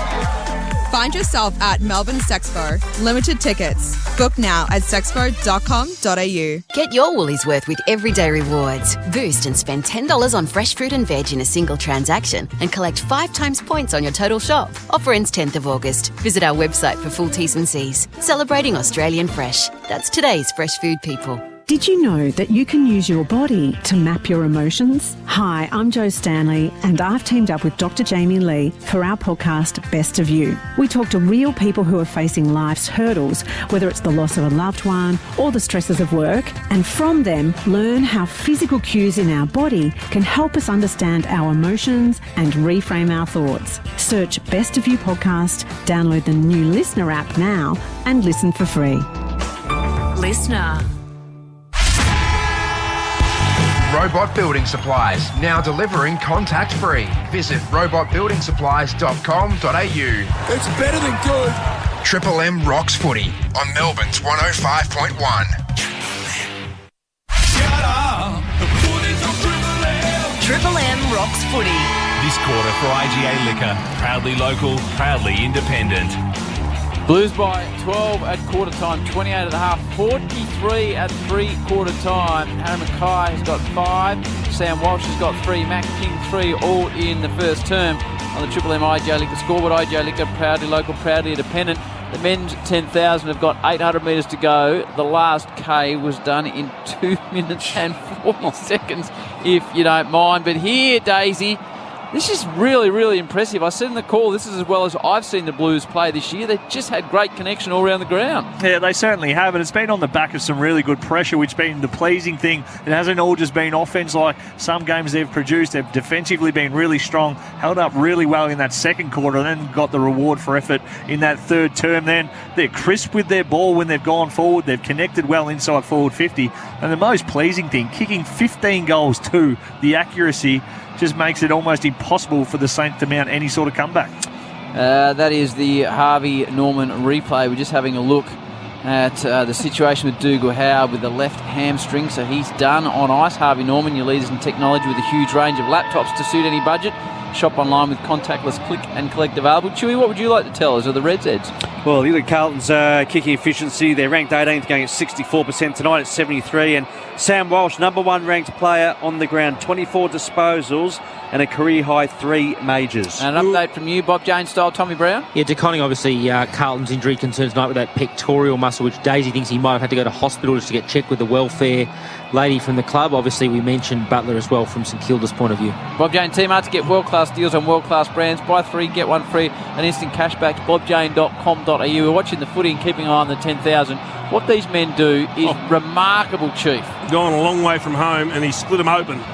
The Paddy Rideout's a huge one for the Saints from 2020 to 2021. Their win-loss with him in, they're 15-11 when he plays with a percentage of 112. When he misses, they're 4-7 with a percentage of 74. Wow. And the chap that's just won the 10,000 has done it in 27 minutes and 43 seconds. I don't think I could do that on my bike. One of the Ethiopian runners. Howie, no great surprise, they're geniuses. Outstanding, the Ethiopians and the Kenyans dominating the race. For McDonald's Marine Hot Water, Triple M Rocks Footy, it's the Blues with a big lead by 44. And three-quarter times the ball goes down towards half forward. Paddy Dow. Oh, no. Couldn't take it. Let a ball up. What's happened, Chief? The Aussie in the 10,000 was running a hell of a race. He gave himself every chance. He blew up with a lap to go, and he's in the home straight. He's fallen over. He's wobbling. I mean, they've had hot temperatures over there, and he is crawling to the line. Gutsy performance. He was running well too, Chief, wasn't he? Yeah, mate, he got wobbly. He's all over the shop. Ball up, centre half forward. Oh, get the boy off. Socket off the ground. Kent's hands were good. Got it out towards his teammate in Higgins. Gee, that must take some mental strength to be able to run yourself into that position. Who was the lady at the Olympics? Was it Mary Decker, Chief? Mary Decker, yeah. Or not. The one that really struggled in the closing stages. Anyway, back to the footy. Higgins down towards half forward. The ball got out the back. King, can he pick it up one-handed? It's a beautiful pick up for a man that stands 200 metres. But then eventually, 200 centimetres. It's a big boy. His head is outside the roof and above all the buildings. It's a very tall man. Love him. Free kick to the Blues. Triple M Seabus Supers delivering consistent long-term return for members. Seabus for all of us. Dunstall and Thomas. That's your Rob D. Costella, Steve Monaghetti style situation. And as it's reverse spiral down the wing, gets away from Clark. Just kept in by Ross. A nice bit of stepping. Had twins this year. Did Seb and his partner. Good luck to the both of them. Now Marshall's not sure what to do, so he kicks it straight into the man on the mark to Kennedy. He flicks it up. Now the Blues through Ed Curnow, hug the boundary line, and that's where the ball goes. Kennedy and Hunter Clark had a clash on the boundary line. Looks like Hunter Clark come off second best. He gets up a bit ginger. Looks like he lined up Kennedy there and came off second best. Absolutely. They call Kennedy the Bison, not only because he looks like one, he's very, very tough and strong as well. Oh, I like it, the Bison. Boundary throw in Nunes. Left foot. Inside forward 50. Steele. Got back for support. Handballed it back. Here's Highmore. Short ball finds Marshall at centre half back. He's got a runner in Ross. Ross to Hill. Hill tackled. Dropped the footy. Holding the ball. That's been Carlton's one wood tonight. Gee, that's good. Williamson read that. He knew they wanted to get Hill into the game. He was getting onto the second hand pass. He had him covered. Pinged him. Shot for goal. They've had all the answers, the Blues. He's already kicked one tonight. He'll never forget his 18th birthday. Daisy took him out. Had a good night, Daisy. Yeah, took him to Mr. Miyagi Brownie just on Chapel Street there. The young boy who came down from Ararat. Bright city lights. Had himself an absolute ball.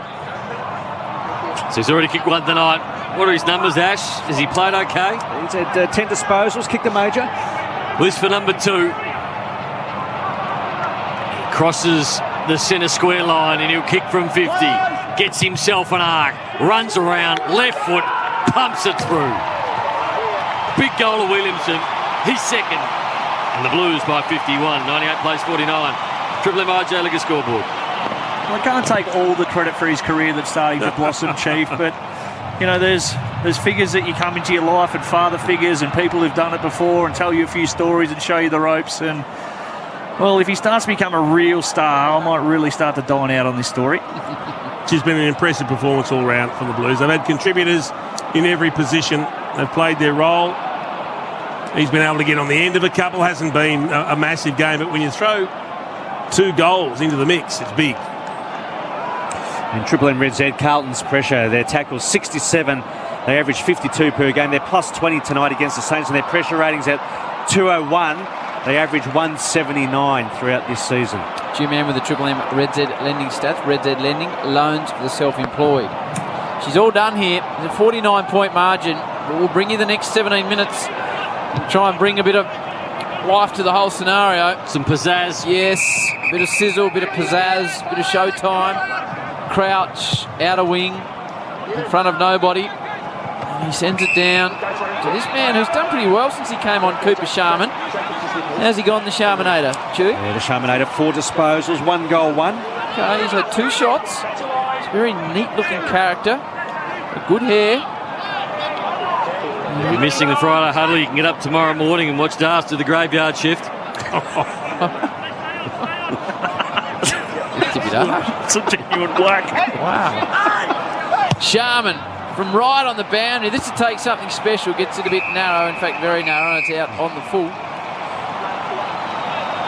He's doing a good job, Dars. Doing a very good job. Alongside Joe Griggs. Doing a good job all round, have the 7 network. Doesn't mean we can't give him a clip. Oh, no. They're a wonderful job. Channel 7's been very impressive. The coverage so far is impressive. That's the Blues tonight. Mackay takes a big mark at half back and pumps the ball towards half forward. It got out the back. Here's Mark Murphy. Tackled as soon as he got it. Doesn't mean Murph's night tonight. What was his number since he came on, Ash? Triple M Red Z, Mark Murphy, just a couple of disposals. That's it. 98-49, the way of the Blues. 15 minutes to go before this one's done and written about. Inside was O'Brien to Owies. Haven't called his name a great deal. Harry, he's got 5. He's looking for his 6, but Seb Ross was awake and was playing the goalkeeper role. Earlier on tonight, the Matildas beat Great Britain 4-3 in extra time, and the Matildas goalkeeper did save a penalty. Sam Kerr scored twice. Unsweet 2 minutes to go to force extra time. Fisher ducks, dives, hits 50, hits 48, gets himself into trouble. Releases by hand to Kennedy. He tries to inch it to Silvani. It's a funny little kick. Silvani now applies a tackle on his attack 50. And it's not going anywhere. Just needed to release the ball. Zach Fisher had a good lead. Harry Mackay came straight at him. Just put it out in front of the big fella. What's Carlton's pressure rating tonight, Ash? It's been elite. It's at 200. They average 179 this year. That's a big turnaround tonight. Mark Murphy tackled again. Billings, Crouch, hemmed in on the boundary. Tumbling ball down towards the Sharmanator. Got it to Bradley Hill. Another one out to Zach Jones. Probably been their best tonight. Run and carry the Saints. That's better. And they got it out to King. From half back to half forward in an instant. And King had some space. It's been a while since he's seen that sort of space and had some good quality ball coming down. Even the lead, though, Chief, it was to the open side. It was to the easy side. He wasn't keen to get Liam Jones back to the goal square, fight through the body contact he was going to get. In the first quarter, it was really impressive. He wasn't taking what Wiedering was giving to him. Seems since Jones has gone on to him and Wiedering's applied more pressure, he's almost just given up that ability to fight through and lead through that pressure. Through in the first quarter, had an opportunity for 4. This time, though, gets the goal. 4 to King. Good return. There's a 55 plays 98 Triple M IJ Liquor scoreboard. 7.5 minutes into the last term. IJ Liquor, proudly local, proudly independent. You got Jason Dunstall and Daisy Thomas in the back row. Just a nice build-up, that one. A good passage of play from the Saints on the back of a really poor entry from the Blues. Zach Fisher, as you said, he had the lead from Mackay.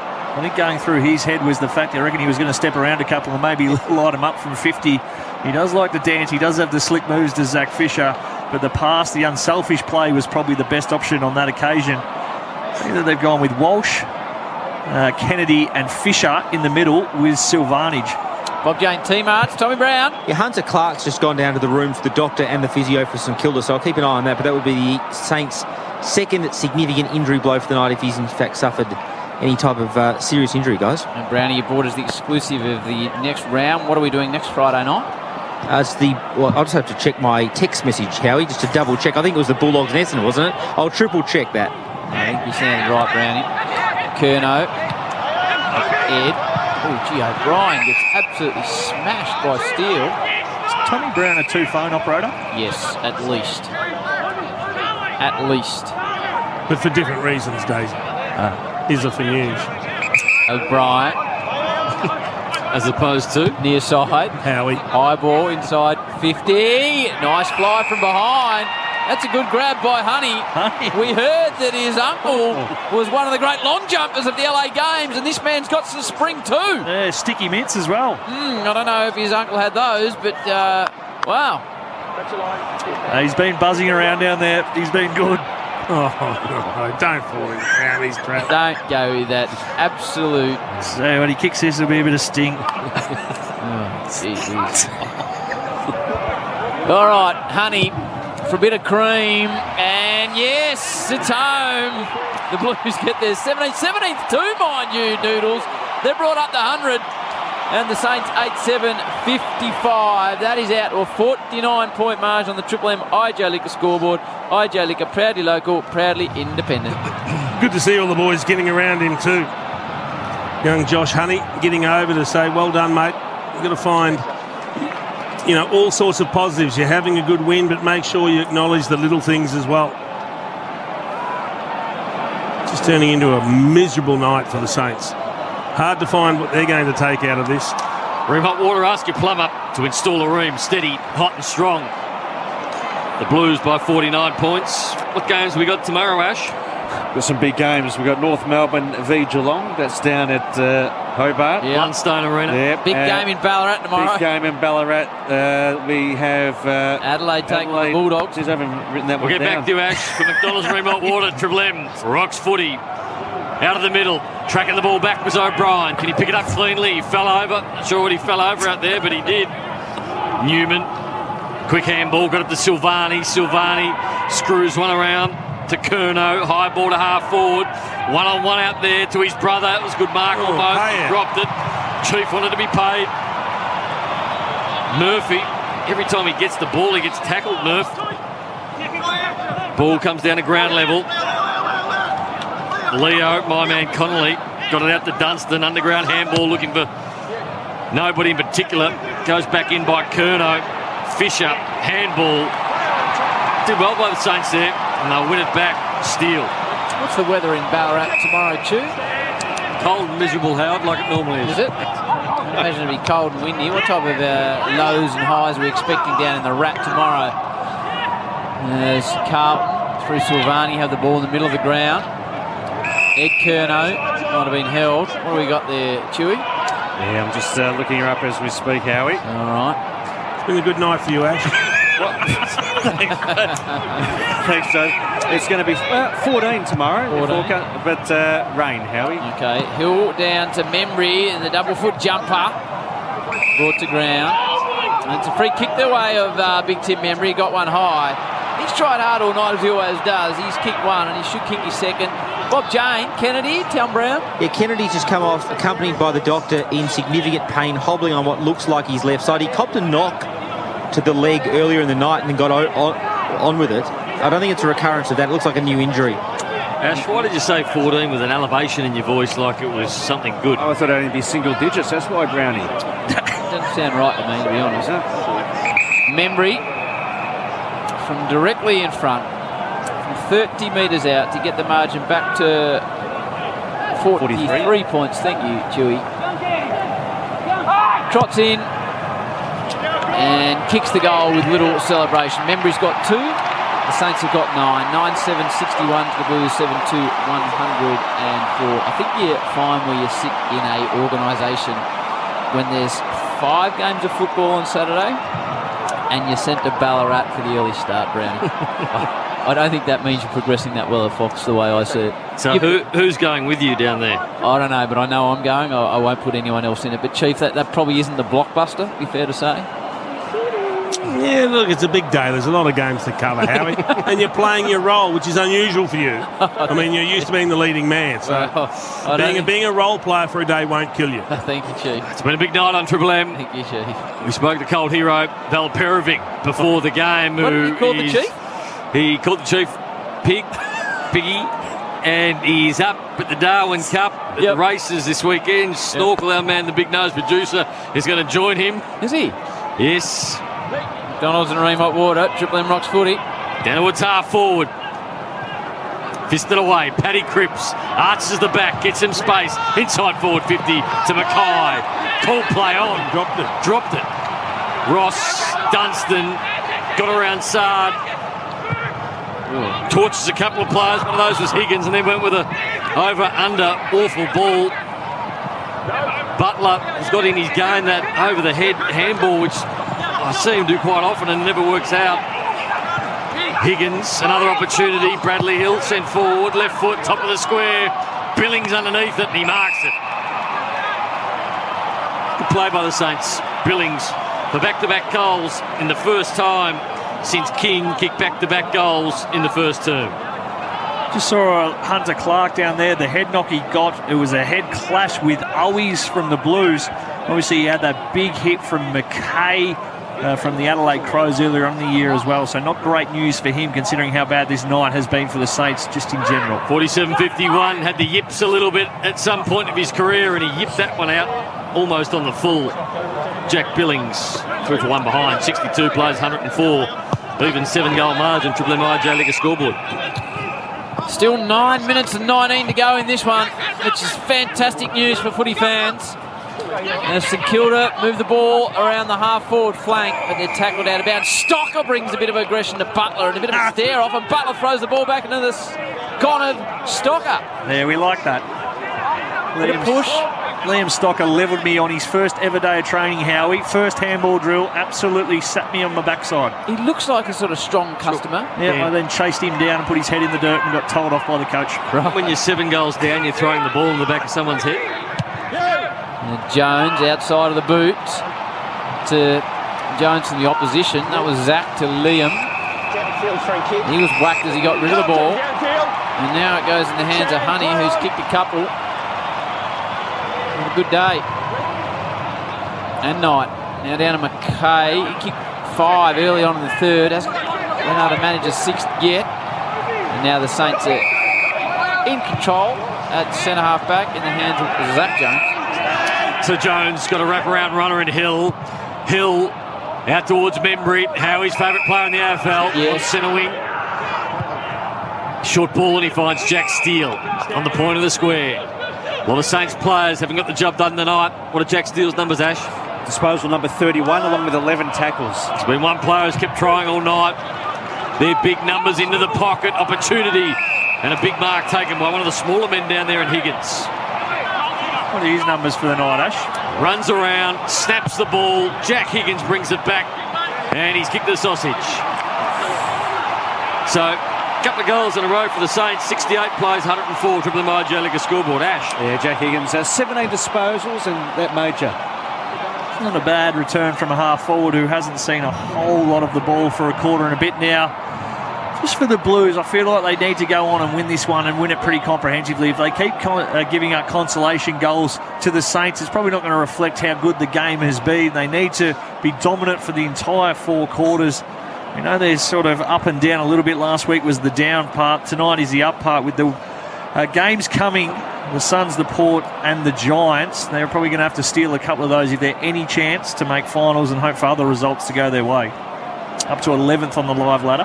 Man, I want an honest answer. Would you rather the Kangaroos finished last and got the number 1 draft pick, or would you rather see them avoid the wooden spoon and not get the number 1 snag? No, I'd rather see them avoid getting the wooden spoon, Howie. Would you? Yeah. Okay. McDonald's and Ream Hot Water, Triple M Rocks football. That's just ridiculous, Ash. Well, we haven't won one since 72, so we're a proud club, the Shimboners Brownie. Higgins in towards Membry, who takes a nice mark, jukes out the big boy He was pushing and shoving, took on 4 or 5 Blues, burst in the pack, and marked sharply 45 out, did Big Tim. Yeah, have a look at that one on the Harvey Norman replay. Split the packs fair in half, bodies flying everywhere. Yep. I think it's Plowman's pink boot that's come off in that passage of play.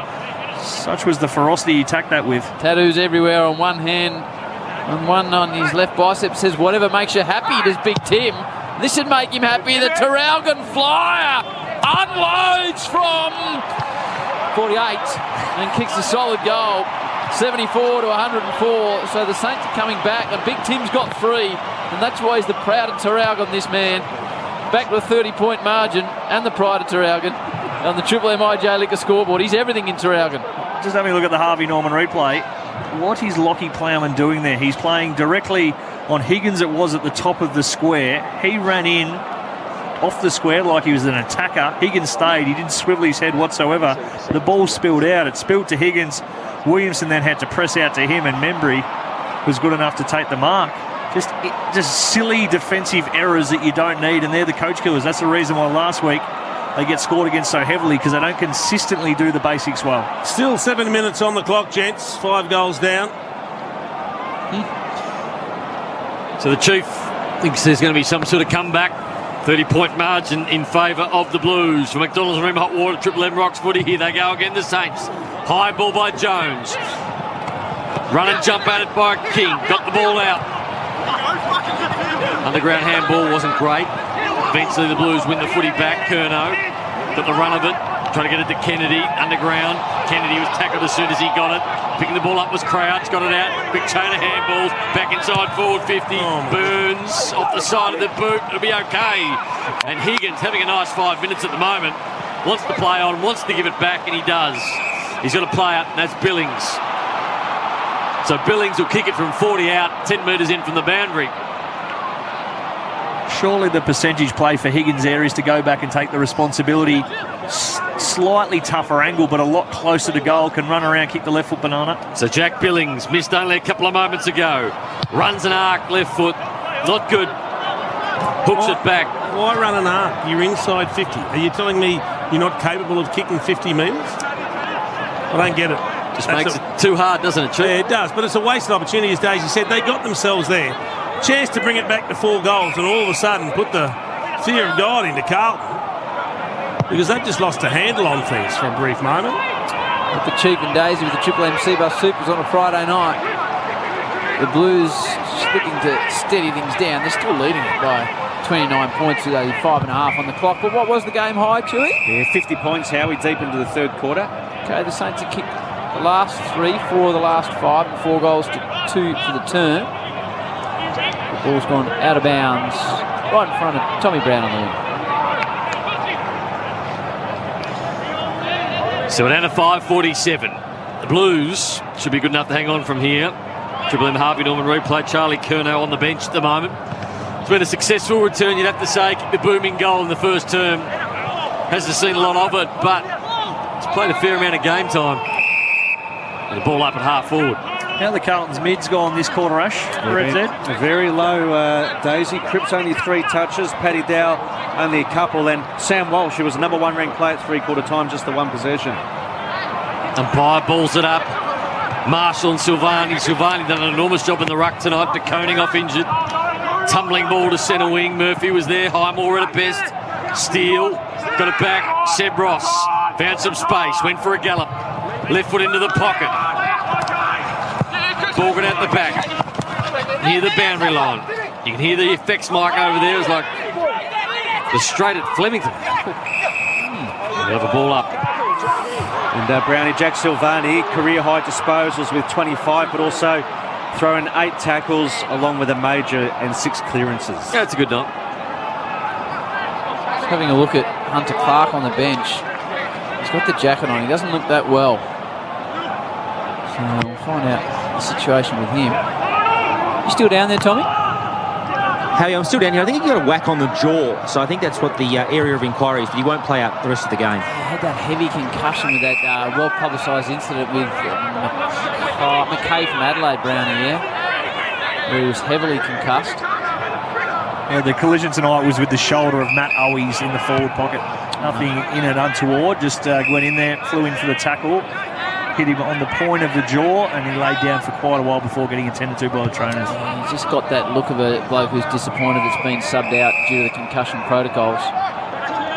So the ball's gone out of bounds on the full off the boot of the Blues. And now Burns to bring it back in. But Wiedering, who started under all sorts of pressure when Matt King kicked the opening 3 goals for the Saints, he's now got 4, and Wiedering's evened things up. And Newman goes across to O'Brien. O'Brien to Williamson, Daisy's man. So at half back, 3 minutes 48 to go. Triple M Seabus Super Special Comments brought to you by Jason Dunstall and Dale Thomas tonight. Who's got the votes? Chief. Yep. Chief's tailing off, I feel. Yes, he likes to refer to himself as Captain Awesome sometimes. Ball goes out of bounds on the outer side. 3 minutes 30 to go. The Blues lead by 29 points, 104-75.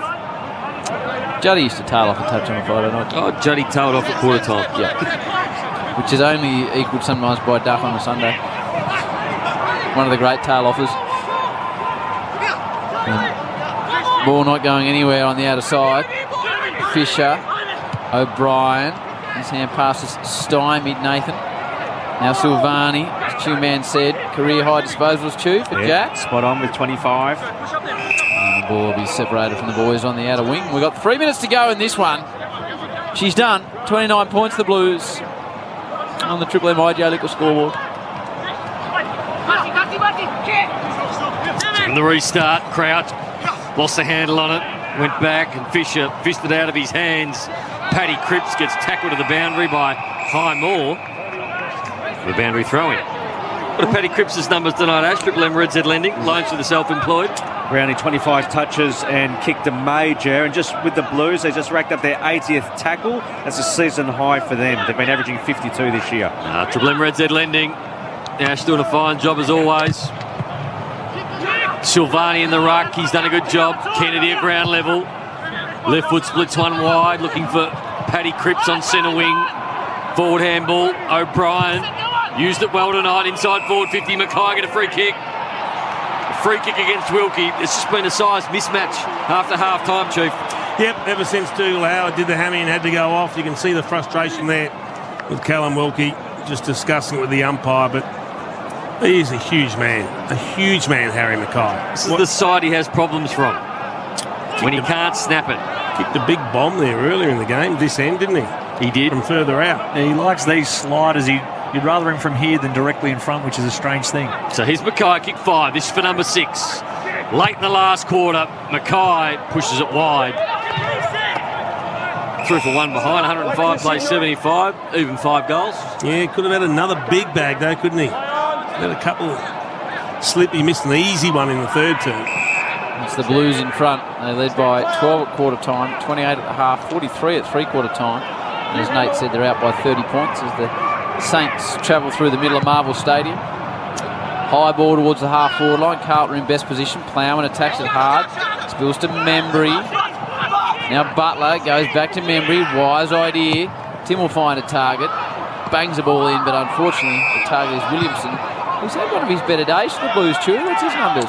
Disposal number 13, but he's laid 6 tackles and kicked a couple of majors. Minute 19 to go, Nate.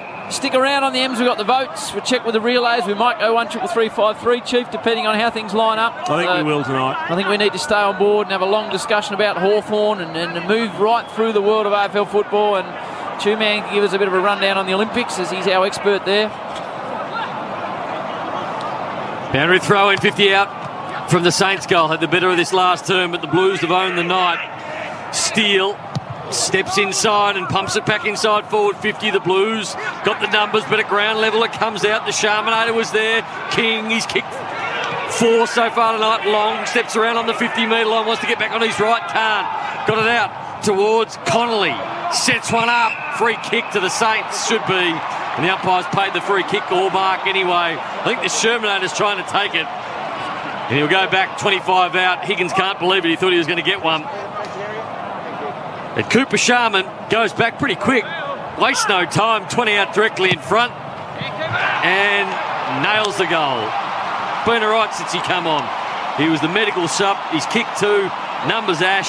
It's a 24-point margin. Triple M IJ Liquor scoreboard. Yeah, 8 disposals as well, Brownie, and he's taken 4 marks in those couple of majors. The Blues have scored 14 of their 17 goals, Chief, through the corridor this evening. They've been able to get it back through there, and obviously coming through the corridor, you get some amazing looks inside forward 50. You've got the forwards who can leave in any which direction, which makes it incredibly tough for the defenders. And on the back of that, they've obviously got some really good looks because they've been super efficient, kicking 17 goals 3. With it tightening up, Chief, that's 17-3. It's the accurate kicking in the end that's going to get the Blues home. It is, although I know it's 24 points. I think that flatters St Kilda, the scoreline, and I think it's basically just papering over the cracks the last 10 or 15 minutes of the game, isn't it? Yeah, it sure is, Chief. McDonald and Remott Ward at Triple M Rocks Footy. Right, so the last stanza of the game, 31 seconds to go. The Blues leading this one comfortably by 24 points. They run through the middle of the ground. They'd love another late ball goal. Martin loose out in front of Honey. He's been impressive for his 2 goals. Puts a high ball right to the teeth. Honey just scrapes the post. And there's a behind. 10 seconds on the clock. 106 to 81. Take us home, Noodles. Wilkie plays on from full forward. Kicks a big finger breaker into the middle. Get underneath that one. Martin was good. Murphy to finish the job for the Blues. Right on the siren, Mark Murphy kicks a big goal. Big win for the Blues. 18 goals for 112. The Saints at 12-9, 81. Mackay kicked 5. The other end, King kicked 4. But it's all about the Navy Blues tonight.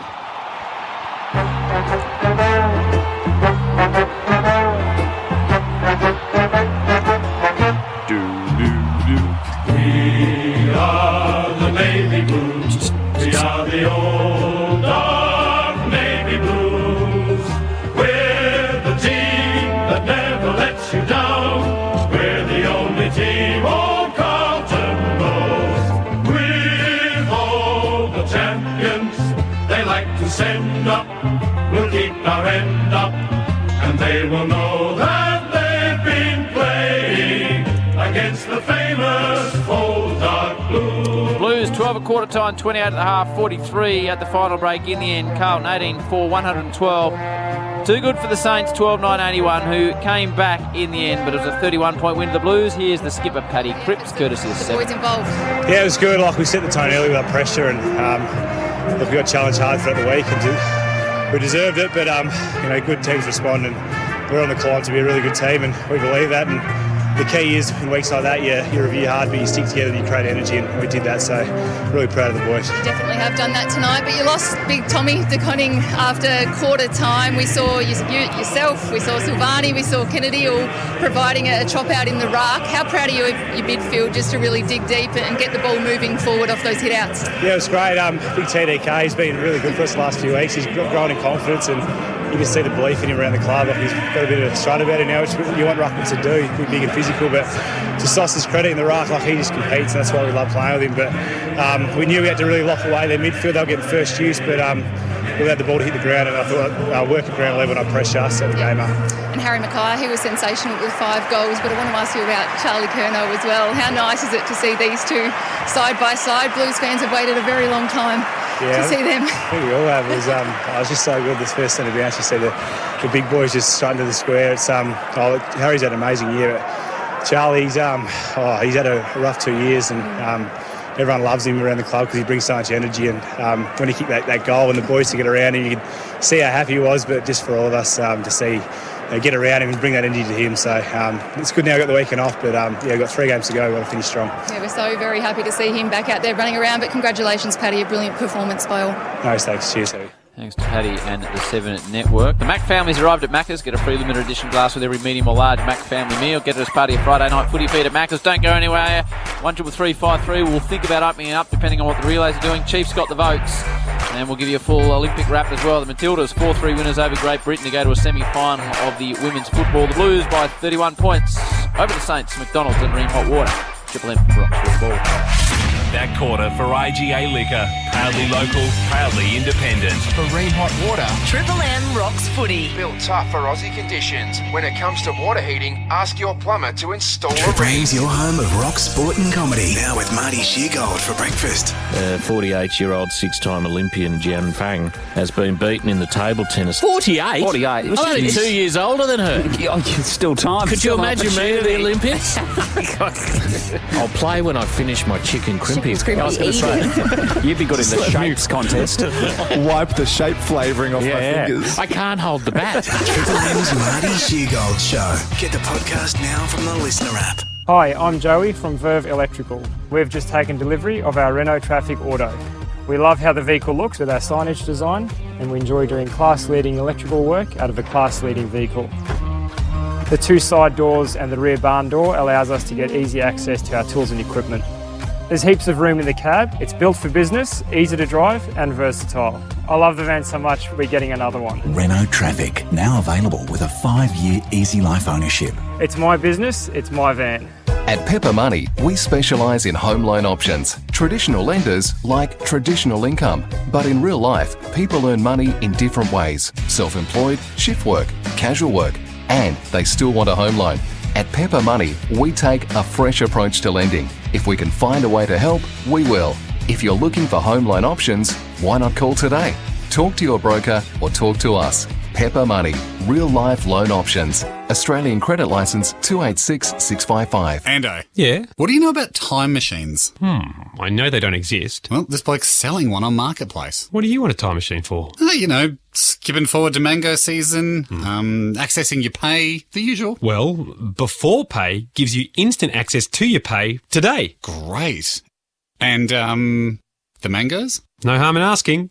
With a 5% fixed fee and no interest or hidden costs, Before Pay gives you instant access to your pay today. T's and C's apply. Download the app. Are you a qualified electrician or gas fitter looking for an opportunity to get your career cooking? Right now, the Oven Repairman is looking to add to its growing team of qualified technicians. Step out of the cold and work indoors. Enjoy work-life balance with no weekend work, your own vehicle, great pay, full training and a team to support you. Time to step into a new career and a new lifestyle. Google the Oven Repairman. Who can get you cooking again? The Oven Repairman can. Introducing the TP5 Golf Ball by TaylorMade. Used by British Open winner Colin Morikawa. With 5-layer technology delivering both greenside spin and unrelenting distance, the #1 ball on the market is not this ball. This is the ball that beats it. More speed, more spin, more lift. Don't play the #1 ball in golf, play the ball that beats it. The all-new TP5 by TaylorMade. Available at your local pro shop. Hello, Frank Walker from National Tiles.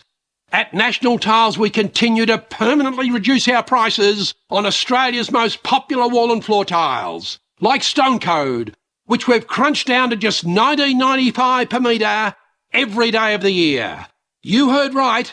These ever-popular large format stone floor tiles down to $19.95 every day of the year. But only, yes, only at National Tiles. Triple M Rocks Footy. The Triple M Footy Review. Amy. Who covers clangers? Amy does. Lucky you're with Amy.